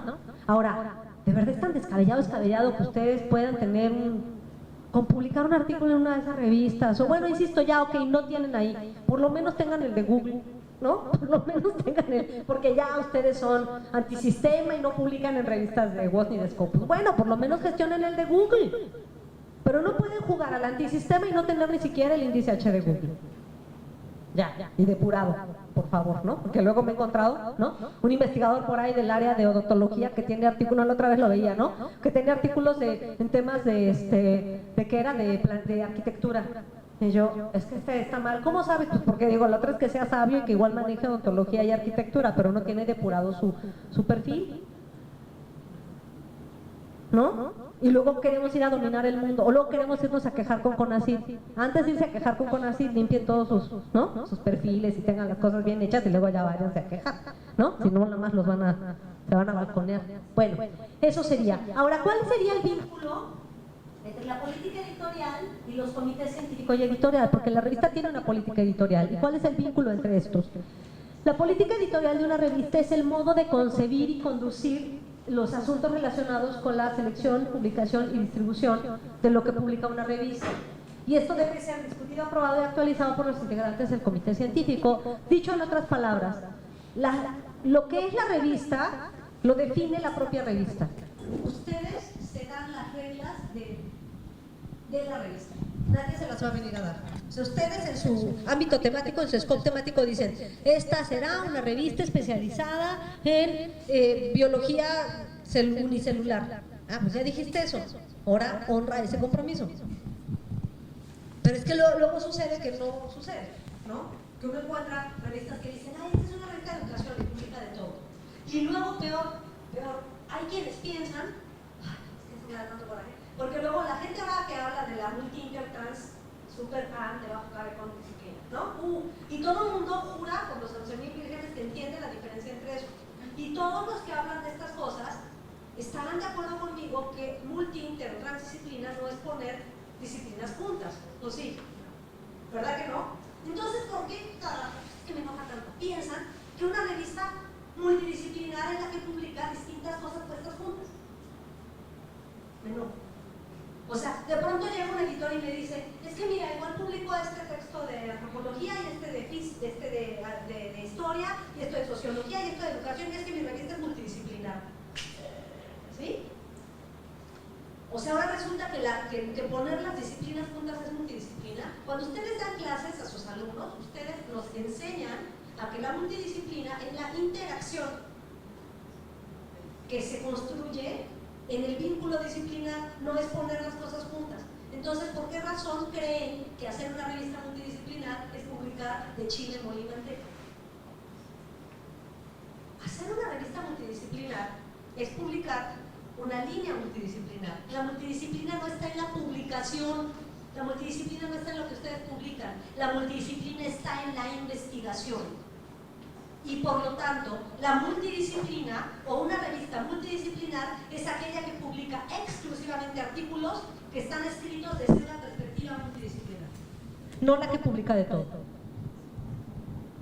Tan es así que ninguna base de datos tiene un área, digamos, multidisciplinar, a menos que se trate de una revista de divulgación.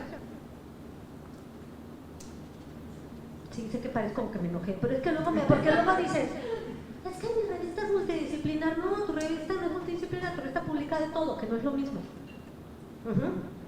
No sé, una revista multidisciplinar eventualmente puede ser a lo mejor una revista que trata temas de, yo qué sé, el medio ambiente cruzado con la perspectiva química y cultural de las... sí, ahí sí, pero es la perspectiva de todos los artículos que analizan los textos desde esa perspectiva multidisciplinar. No, insisto, no es aquello que, ¿no? Todo lo que me fui encontrando, ¿no? Así, ¿no? Educación, salud, biodiversidad y pueblos que voy pasando. Todo lo que encontré se lo metí y le pongo el título multidisciplinar. Y luego ando por la vida diciendo que multidisciplinar no es poner las cosas juntas, ¿no? Muérdanse la lengua. Cuando digan multidisciplinar y publiquen revistas que publican de chile, mole y manteca. Cuidado con eso. Luego, por lo tanto, eso es lo que tiene que ver. Esto es lo que tendría que estar analizando en la política editorial. El comité científico tendría, el vínculo que tiene con la política editorial es que estaría viendo la definición y cumplimiento del ámbito temático, cuidando una singularidad temática, un ámbito temático específico. La definición del tipo de revisión por pares, si yo tengo que discutir qué tipo de revisión por pares va a llevar la revista, eso lo discute el comité científico, no lo discute el comité editorial. ¿A qué me refiero con esto? Por supuesto que hay una revisión por pares, el famoso peer review double blind, que es la revisión por pares doble ciego, a donde llega un texto, ¿no? Y entonces yo lo mando a examinar con dos investigadores, pero los autores no saben quiénes son los dos árbitros. Y es ciego. Una vez alguien me decía, ¿y puede ser tuerto? No, bueno, blind de ciego, de anónimo, ¿no? Una vez me encontré una revista que ponía, esta revista, ¿cómo? Selecciona sus artículos a ciegas. ¿Sabes qué? No lo dudo ni tantito. O sea, no sabe ni escribir, o sea, revisa ciegas. ¿Te puedes imaginar? Sí, no, claro. No, bueno, ahí ya. O sea, no, es anónimo, o sea, ciego por anónimo. Ahora, claro, la forma de revisión más, o la modalidad más común de la revisión por pares es double blind, de la revisión anónima. Pero ustedes saben que también existe el single blind, el anonimato solo del lado del autor, del árbitro. Es decir, el double blind es cuando el autor no sabe quiénes son los árbitros y los árbitros no saben quién es el autor. Luego, en ámbitos disciplinares muy pequeños, muy chiquititos, que son comunidades académicas muy pequeñas, como todos se conocen entre sí, entonces, single nada más de un lado. Es decir, el autor no sabe quiénes son los dictaminadores, pero los dictaminadores sí saben quién es el autor. Después, por ejemplo, en el área de ornitología, casi todas las revistas son single blind, porque son tan poquitos que pues, lo lees y dices, ya sé que es fulano, ya sé que ese trabajo lo hacen siempre ahí en esa universidad, por eso es single blind. Hay otro tipo de dictamen que empieza a emerger el día de hoy cada vez con más fuerza, que se llama Open Peer Review, que es una revisión por pares abierta, a donde tanto el árbitro como el autor conocen las respectivas identidades, y no solo eso, sino también el público en general, porque los dictámenes son abiertos y todo el mundo ve el dictamen que hizo Dago, el dictamen que hizo Patricia, y que dijeron, y la gente puede opinar y decir, no, el dictamen de Patricia la verdad es que está equivocado, ¿no? E incluso en las revistas con Open Peer Review, los dictámenes pueden tener citas.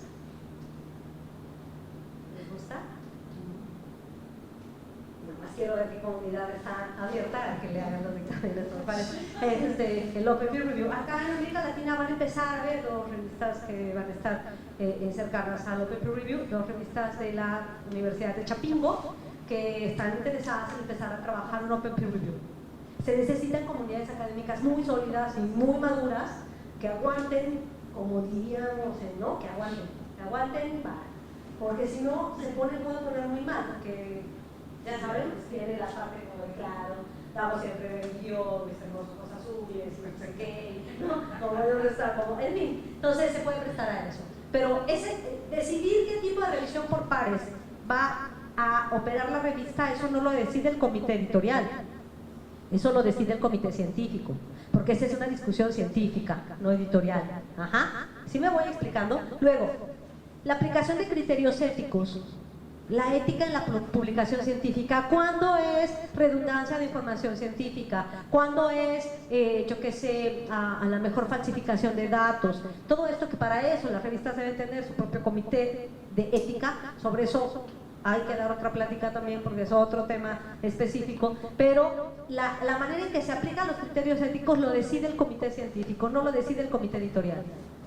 ¿A qué me refiero con esto?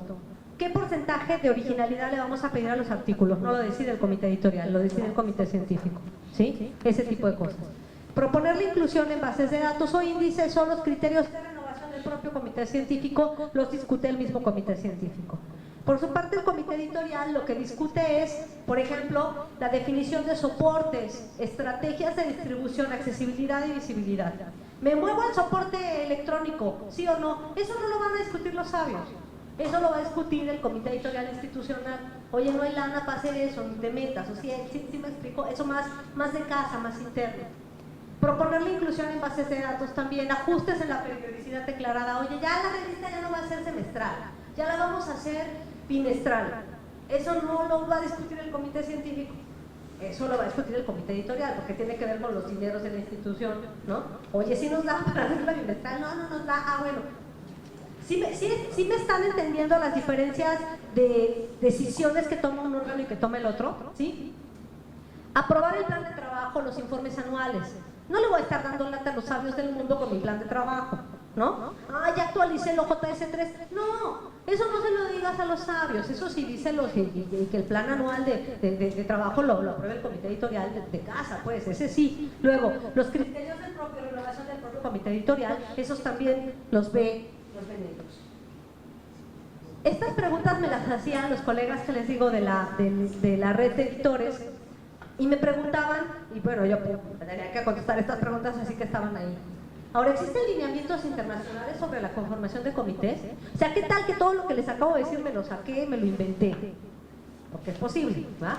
Bueno, no, que creen que no me lo inventé y que sí hay lineamientos y estándares internacionales para la conformación de comités para revistas científicas. Uno de ellos es el Council of Science Editors, que está en esta página web. Ustedes nada más le ponen Council of Science Editors y ahí viene una cosa que es el White Book, con una serie de sugerencias, no solo para la conformación de comités, sino para muchas otras cosas. ¿Qué es lo que dice el Council of Science Editors respecto a la edición, respecto a la conformación de comités científicos? Ellos sugieren que los comités científico y editorial, que sus funciones son atribución del editor en jefe, que se debe señalar si hay conflictos de interés.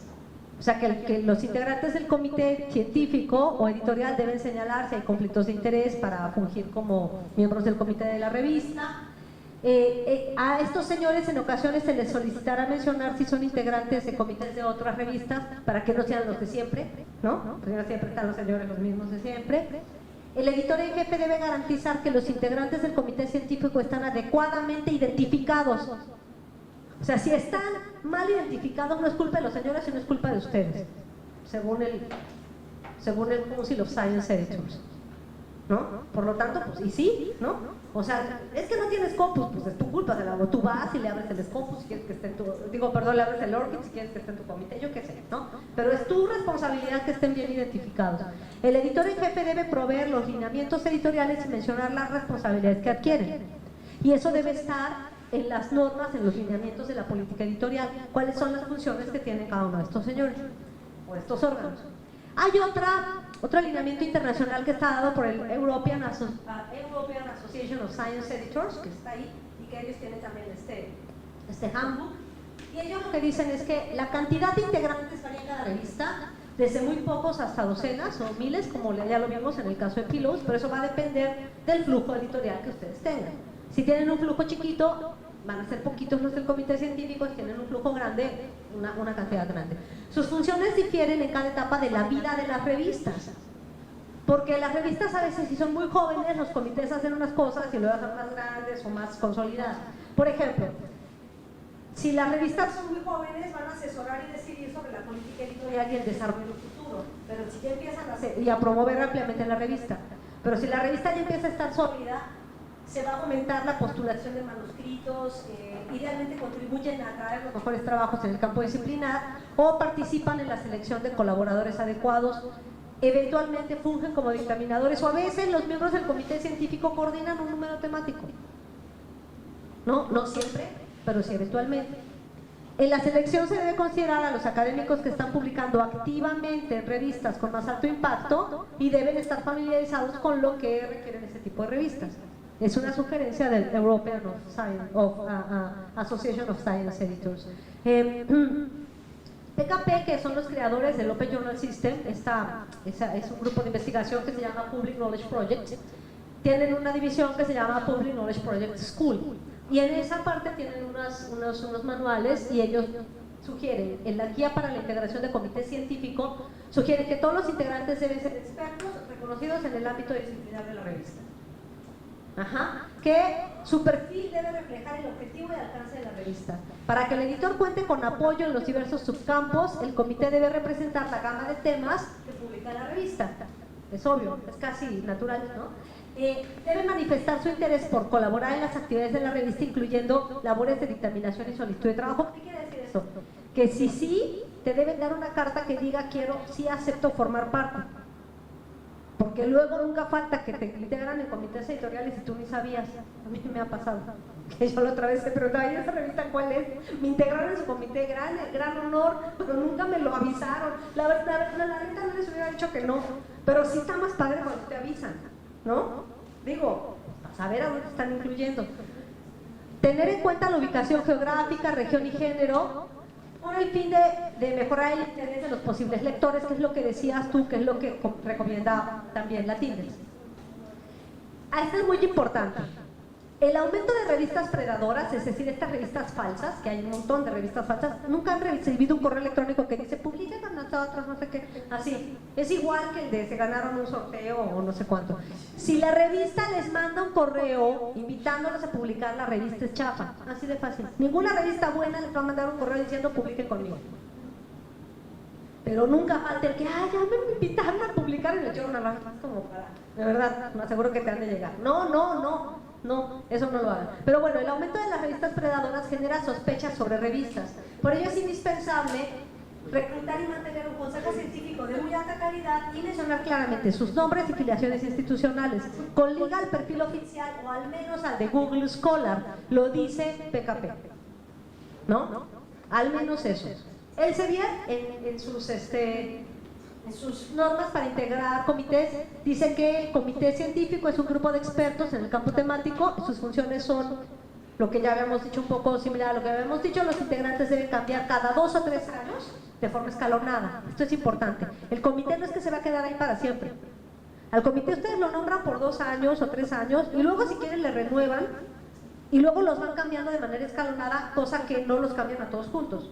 Si tienen, yo que sé, 15, cambian primero a 5 y luego cambian a los otros 5 y luego si están fungiendo muy bien les vuelven a renovar, si la verdad ni los pelan los quitan, ¿sí? Pero el comité se tiene que ir renovando y por favor, si se murieron quítenlos. Es que nunca falta. O sea, al rato aquello parece un camposanto así lleno de es que todos miren, nos vamos a morir un día, pero los dejan ahí y uno dice, oye, pero si se supone que, o sea, ¿cómo apoya tu revista? ¿Cómo no se haga una ouija? No, quítenlos por favor, o sea, ¿sí? Sí, ya, déjenlos descansar, o sea, pobrecitos. En la conformación del comité de científicos se debe considerar la ubicación geográfica, el ámbito temático, que sean de distintas instituciones y pueden coordinar números especiales, ¿no? Committee on Publication Ethics, que es el comité de ética de la publicación científica, ellos lo que dicen es que las revistas deben tener una política declarada sobre cómo manejan los documentos presentados por los editores, que ni el editor ni los integrantes de los comités deben estar involucrados en decisiones acerca de trabajos con los cuales tengan un eventual conflicto de interés. ¿Qué quiere decir esto? Que el editor de la revista, pero también los integrantes del comité científico, deben excusarse de publicar en la revista de manera expresa. Y ahí es cuando dices, Y una vez me acuerdo que alguien me decía, eso quiere decir que le está prohibido que los integrantes del comité publiquen. No, una cosa es que de preferencia publiquen en otros lados, no solo aquí, porque habrá otras revistas, y lo otro es que les hagas que tengan secciones fijas, ¿no? O sea, y entre más investigadores tengan en el comité científico, pues más límites van a tener de personas importantes que puedan publicar, así que por eso digo un número atemperado, ¿no? Y estos documentos deben ser manejados de forma independiente para asegurar un manejo imparcial en términos éticos. Hay dos preguntas que además me hacían los colegas de esta red de editores en la UNAM, que eran: ¿las revistas mexicanas tienen que apegarse a estos estándares internacionales? Y mi pregunta es, ¿y por qué no? ¿O para qué no? O sea, ¿para qué ustedes no cumplirían con estos estándares? ¿No? O sea, pues no. A mí me parece que no hay ninguna razón de crear una segunda división de la ciencia. Esto que dicen, ay, que como nosotros somos pobres y comemos calcetilla, nuestras revistas pueden ser más chafas. No, la ciencia es ciencia en todos lados y sí podemos hacer revistas de alta calidad, es cosa nada más. Lo que les acabo de decir no es tan difícil de hacer. Toca hacerlo, bueno, sí, destinarle un ratito, pero fuera de eso, así que ustedes digan pedir algo imposible, no es. Las revistas científicas no son de una institución, las edita una institución, en este caso la Autónoma de Nuevo León, pero ni de un país, son de una comunidad científica. Una revista yo qué sé, de sociología de la ciencia no pertenece a la institución que le edita, sino a la disciplina de la sociología de la ciencia. Si esto es así, bueno, claro, se financian gracias al apoyo de asociaciones de profesionales o instituciones que se benefician del reconocimiento alcanzado por la publicación. Si ustedes un día tienen una revista indizada en WOS, quien se va a beneficiar de eso va a ser la institución. Pero eso no quiere decir que la revista es de la institución y ahora todos los de la institución tienen que publicar ahí. Hace un momento me preguntaba una colega, me preguntaba, bueno, ¿eso quiere decir que tenemos suficientes revistas para que publiquen los investigadores del Autónoma de Nuevo León? Y yo digo, no, ojalá no. O sea, ojalá los investigadores del Autónoma de Nuevo León puedan publicar en las revistas del mundo mundial, del universo internacional. El esfuerzo investigador es uno, el esfuerzo editorial es otro. Si ustedes además logran hacer revistas para atraer las publicaciones importantes de la gente del mundo, es otra cosa. Pero el objetivo principal no es que publiquen aquí los investigadores del Autónoma de Nuevo León. Los investigadores del Autónoma de Nuevo León tienen que publicar allá en el mundo mundial, ¿sí? Porque como diría Niklas Luhmann, la ciencia es mundial o no es. Existe diferencia entre tener comités honorarios o activos, porque hay quien me dice, ay, es que estos comités son honorarios. Bueno, la consolidación de la revista como canal de confianza para una comunidad disciplinar, si solo es honorario, no se va a consolidar, porque alguien tiene que estar en contacto, constante comunicación con ellos. Y es preciso erradicar malas prácticas como mantener a integrantes ya fallecidos o retirados. Yo decía hace rato, lo decía broma, pero es cierto, si ya fallecieron, se quitan del comité. A lo mejor le dedican un obituario, le dedican un editorial, pero no los pueden mantener ahí. Si los investigadores ya se retiraron, también los quitan, porque ya se retiraron, ¿no? Incluir a investigadores de áreas diferentes de las que publica la revista. O sea, yo qué sé, de pronto García Canclini está en todos los comités editoriales. Y resulta que era una revista, yo qué sé, de tal inmoderada. Y tú dices, bueno, ¿y pobre Canclini qué tiene que ver con la tal inmoderada? Nada más que le da pena decirles que no. Pero, o sea, tienen ustedes que revisar que el ámbito disciplinar del investigador tenga que ver con lo que de verdad están publicando. Luego, incluir académicos no por su trayectoria, sino por sus cargos, lo que les decía hace rato. Ay, lo metí porque era el rector, lo metí porque era el rey, ¿no? Lo metí porque era el coordinador del centro. No le hagan ese flaco favor al coordinador del centro. Invítenlo en su calidad de investigador. O sea, no en su calidad de coordinador del centro, porque si no, cada vez que cambia el coordinador del centro tiene que andar cambiando a él, y por favor no les toca a uno con un índice H alto y valieron, ¿no? O sea, la persona se queda ahí, tenga cargo o no tenga cargo, no sé si me explico. Es su trayectoria académica. Incluir a políticos que nunca han sido académicos. Eso incluye a funcionarios universitarios, con todo respeto, ¿no? Pero luego uno sabe que no sé, en mi universidad, lo tengo que decir, ya que, pero se nota, se sabe. O sea, el rector anterior era el que más publicaciones tenía, publicaba de todo. Es que no había libro en el que no lo pusieran como coautor, alguien se iba a dar cuenta. O sea, igual trabajaba biología molecular, que trabajaba problemas de transporte, que trabajaba derechos humanos. O sea, era un sabio, producía más que todos los centros de investigación juntos. Alguien se iba a dar cuenta, ¿no? Alguien. Bueno, no lo hagan, se nota. Permanecer con el mismo comité editorial por más de 5 años, con la misma alineación. Puede ser que una persona puede estar más, pero como decía, tiene que haber un cambio escalonado, en fin. Incluir académicos con trayectoria publicando en libros, pero no en revistas científicas. Y aquí hay un montón, sobre todo en ciencias sociales, ¿no? Gente que tiene un montón de libros, pero nunca ha publicado en revistas. ¿Cómo te va a apoyar a fortalecer una revista si de revistas no sabe de lo que sabes de libros? Con todo respeto, ¿no? Pues bueno. Mencionar a integrantes que no han sido invitados o que incluso no saben que forman parte del comité en cuestión. O sea, sí cuídense que si lo van a anotar, que ustedes tengan el sí expreso con una carta así que diga casi que en plenos de mis facultades mentales, acepto formar parte de este comité, para que luego al rato no se llame a la sorpresa y diga, a mí nunca me invitaron a esa revista, imagínense el oso, ¿no? ¡Qué horror! Ay, sí, doctora, ¿a poco nunca le llegó el correo? No, nunca me llegó. En fin, esto lo dice PKP School acá en inglés, pero acá está la traducción. Lo creas o no, algunas revistas de baja calidad maquillan el comité científico de su revista con integrantes de impresionantes títulos o incluso recomendando el uso de nombres, incluso recurriendo al uso de nombres reales sin permiso. Es necesario demostrar claramente que su revista no está en esta categoría. ¿De verdad tienen una carta de aceptación de todos los integrantes del comité científico? No nada más uno, sí, incorpórame. No, ¿sabes qué? Sí, dame la carta, dámela de verdad. No basta con que me digas que sí en un WhatsApp, ¿no? O sea, sí, dame la carta. Porque si luego yo ya no voy a estar como editor, al siguiente editor cuando yo le entregue, ¿qué le digo? Me dijo en un WhatsApp que sí, ¿no? Estábamos en la fiesta de bautizo de mi prima y me dijo que sí. No, o sea, esta es una cuestión seria y formal. Bueno, y ya por último, yo les recomiendo revisar estos sitios a donde van a poder tener más información sobre estos temas, como por ejemplo The Association of Learned Professional Society Publishers. Hay un portal que tiene CONACYT que es súper interesante, a donde dan como algunos tips de edición, sobre todo para las revistas que quieren integrarse al sistema de clasificación de revistas de CONACYT, que se llama el portal del editor, y que está en CONACYT y tiene información interesante. El Society for Scholar Publishing, el COP, que ya vimos hace rato, el Council of Science Editors y el European Association of Science Editors, que son los que hace ratito vi, y hay un manual en línea que lo hizo FACEIT, que es un manual de buenas prácticas de procesos editoriales para revistas científicas, que les recomiendo mucho porque tiene muchos ejemplos que pueden ser de mucha utilidad.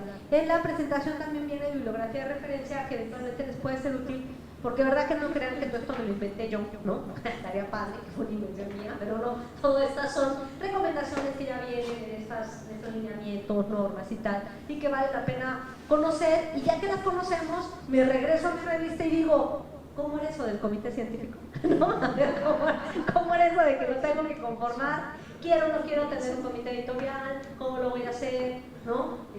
Y ya luego se acercan aquí a Dago con toda certeza para que les ayude a buscar los perfiles de sus integrantes del comité y ver si es cierto que están en voz y en Scopus y, híjole, ¿no? Y el H. Por ahí busquen su H de ustedes, ¿no? Si sale alto, lo facebookean, si no sale muy alto, lo digan, ¿no? Lo digan. ¿No? Ahí ustedes ya empiezan a ver por dónde va, ¿no? Si son miembros del comité de alguna revista y no les mandaron la carta, ustedes mandan una carta diciendo ya sé lo que importa, qué pena que esté en tu comité aunque mi índice H sea abajo. En fin. Bueno, pues no sé si tengan alguna duda, comentario, queja, sufrimiento, ¿no? Por favor. Sí. Sí, por favor.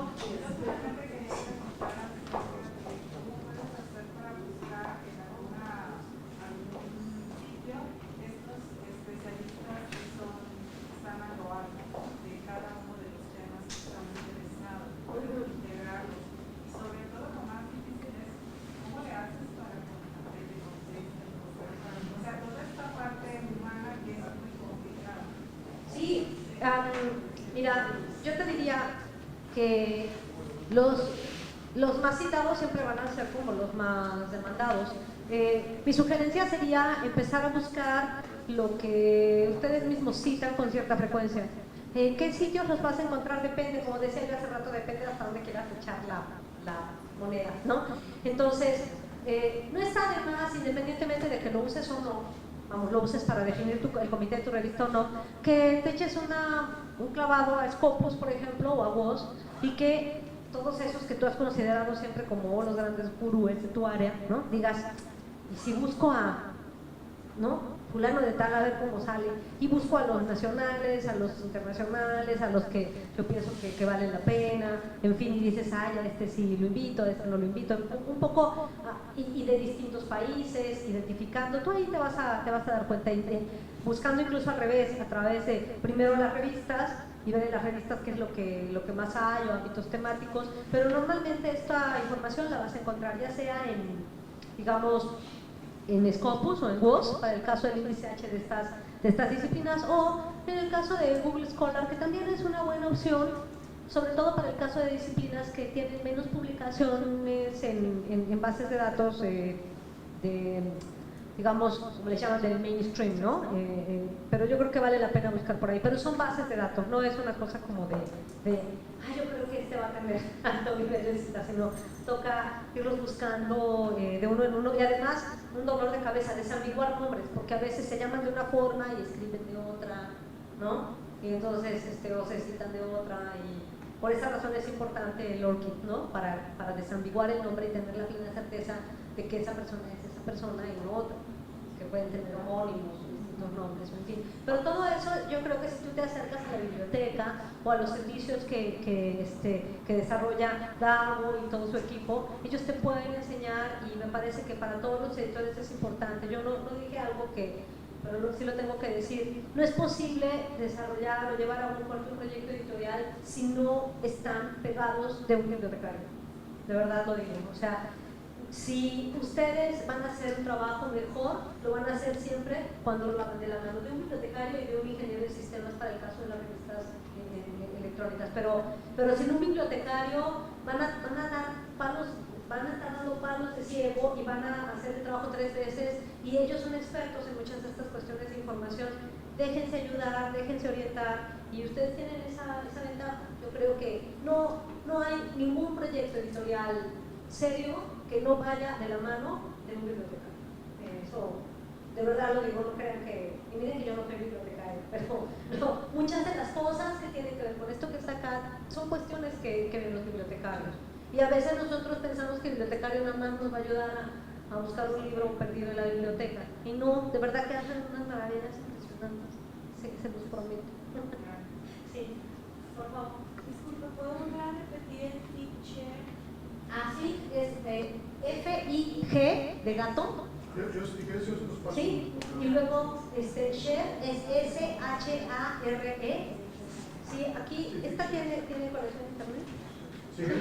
Sí.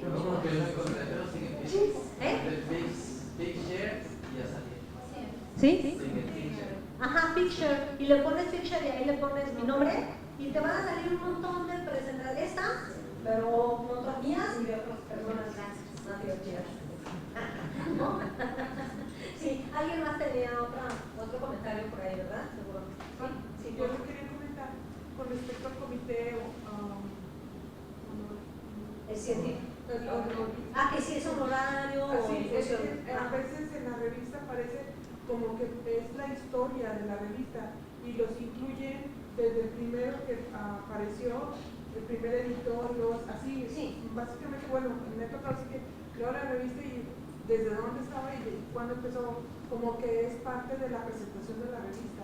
Entonces se contrapone un poquito a esa parte. Sí, no, o sea, lo que sí yo insisto en que no vayan a dejarlo todos ahí que parece un camposanto, pero hay algunos que sí son como íconos, ¿no? Te pongo un ejemplo que recién me sucedió de una revista de filología de la UNAM, creo que es de sección de filología, que como parte de su comité editorial, si ustedes conocen esa área, ustedes identificarán a Edgar Morán. Edgar Morán era parte de su comité. Entonces ellos dicen, híjole, es que lo nombramos como comité, como honorario, no sé qué, lo queremos dejar ahí, porque la verdad es que es un personal.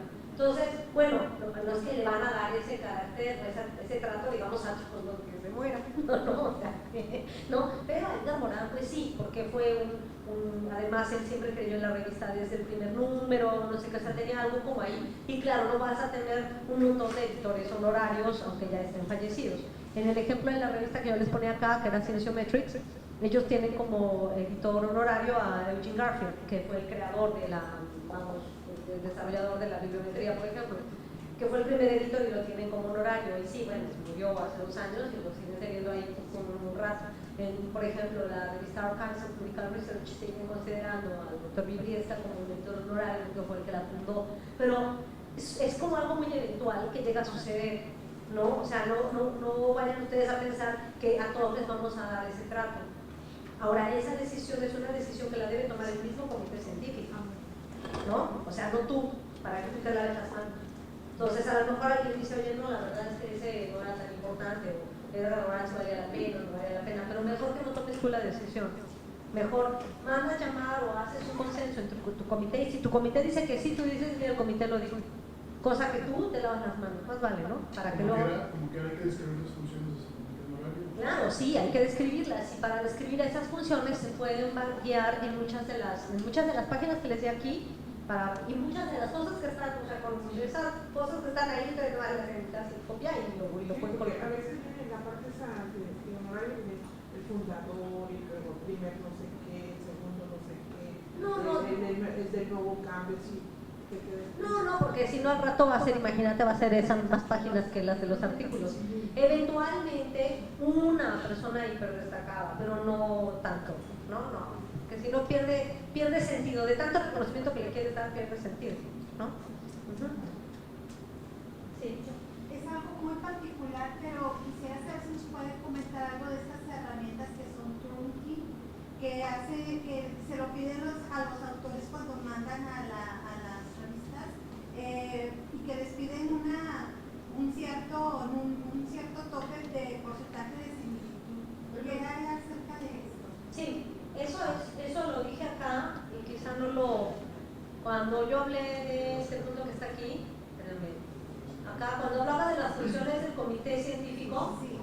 y dije la definición del tipo, no, la aplicación de criterios éticos entra ahí y es una cuestión que tiene que definir el comité científico.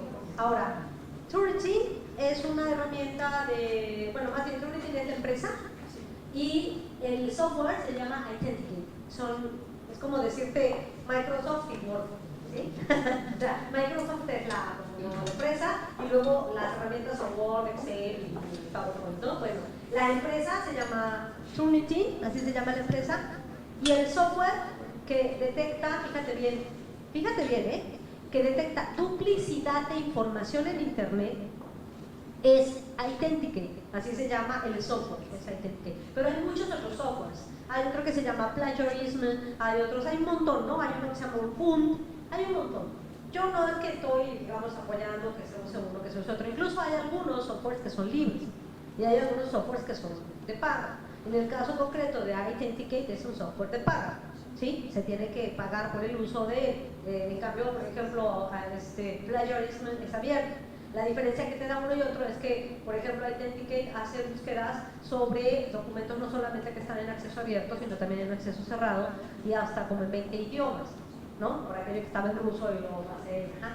Ahora, pero lo único que hace es detectarte duplicidad de información y por eso yo quiero mudarme aquí a un tema de y que esa es una cuestión que tiene que discutir el comité científico, porque hablar de plagio es una cuestión legal. Tú no puedes acusar a alguien de plagio, porque bueno, además el plagio es un delito, pero no se persigue de oficio, o sea, no es como, que sea, una muerte, ¿no? No se persigue de oficio, ¿no? Acá el plagio solo se persigue, digamos, cuando hay una imputación, alguien dice, hubo plagio, y entonces viene un juez, determina y dice, hubo plagio o no hubo plagio. Tú como editor te tienes que cuidar de estar atribuyendo plagio en algo que no tienes la plena certeza de qué es, porque te podrían demandar por, yo qué sé, información. Toca ser muy cuidadoso. Entonces tú tienes que hablar en estricto sentido de duplicidad de información. Si eso no ensayo que lo decide un abogado, que lo decide un juez, por un lado. Por otro lado, cuando tú hablas de originalidad, ven que ustedes cuando dicen, es que esta revista solamente publica artículos que sean originales e inéditos, ¿sí? Ahora, original, ¿inédito qué es? Voy a empezar por lo más fácil. Inédito es nunca antes editado, que sí difundido. Por ejemplo, la autora de Nuevo León tiene un repositorio.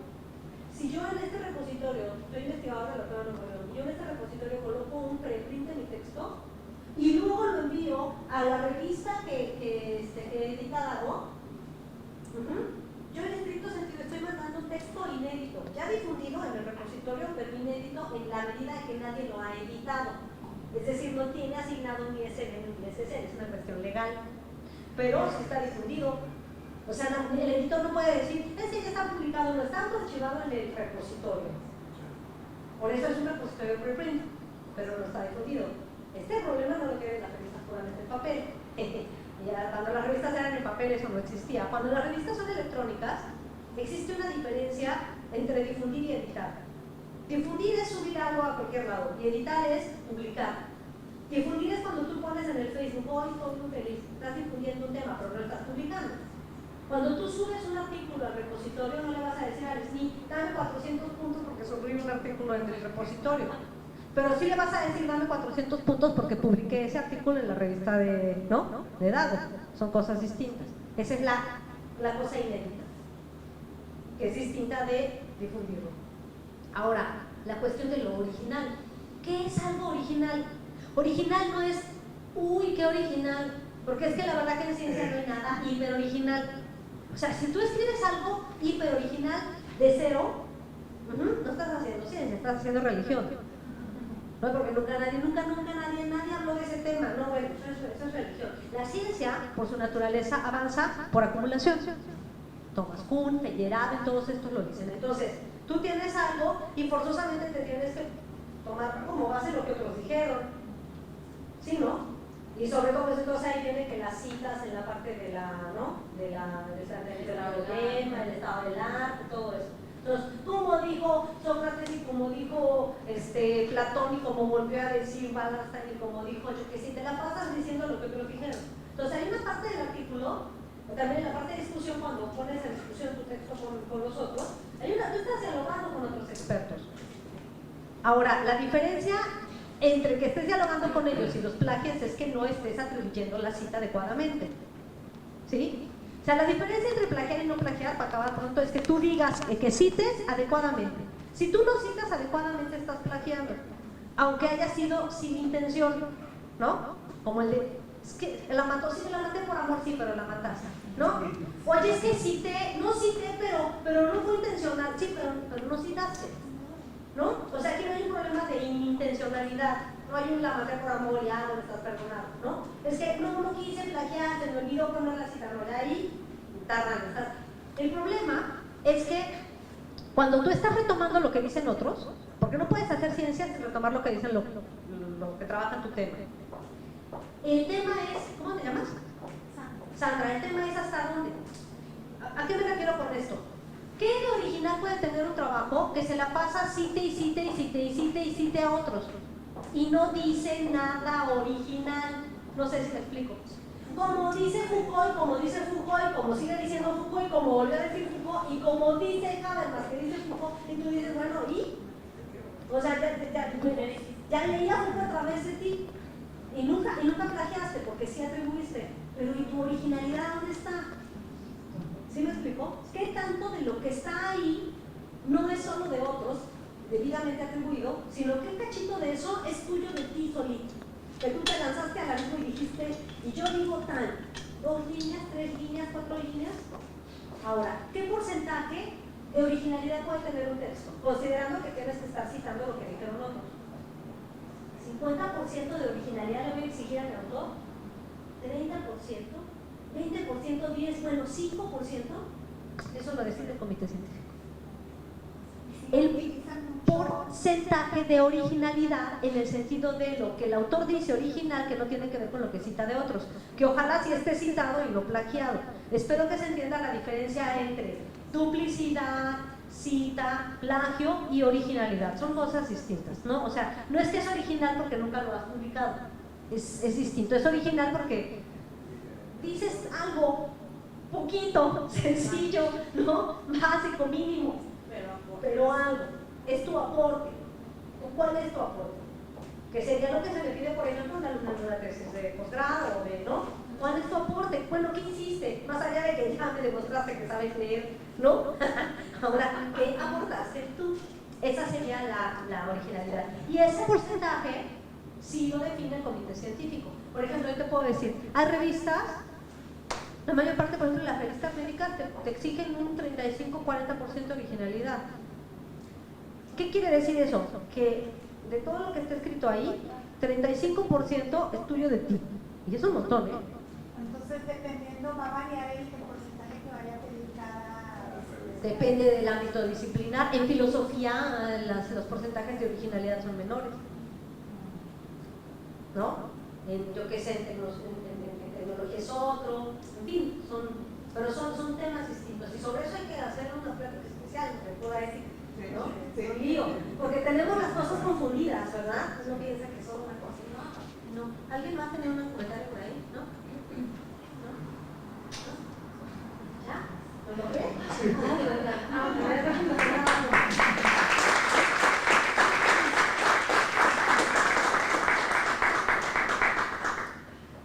Bueno, pues para cerrar, ahora sí, en nombre de la Secretaría de Investigación y Desarrollo Tecnológico a través de la Dirección de Investigación, de la Dirección de Tecnología de la Información igualmente, me permito agradecer a todos ustedes su asistencia a este evento, por su compromiso y apoyos palpables a tan importante actividad. A los representantes de los equipos que están detrás de las revistas, muchísimas gracias.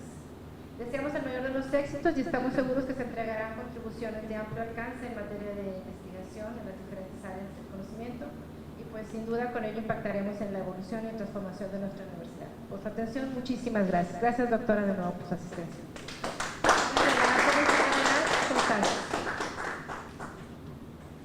Pues realmente agradecemos muchísimo, ha sido muy gratificante poder escuchar todo esto y los consejos que podemos obtener para mejorar nuestras publicaciones. En nombre de la universidad te entregamos este reconocimiento y agradecemos ampliamente toda la colaboración.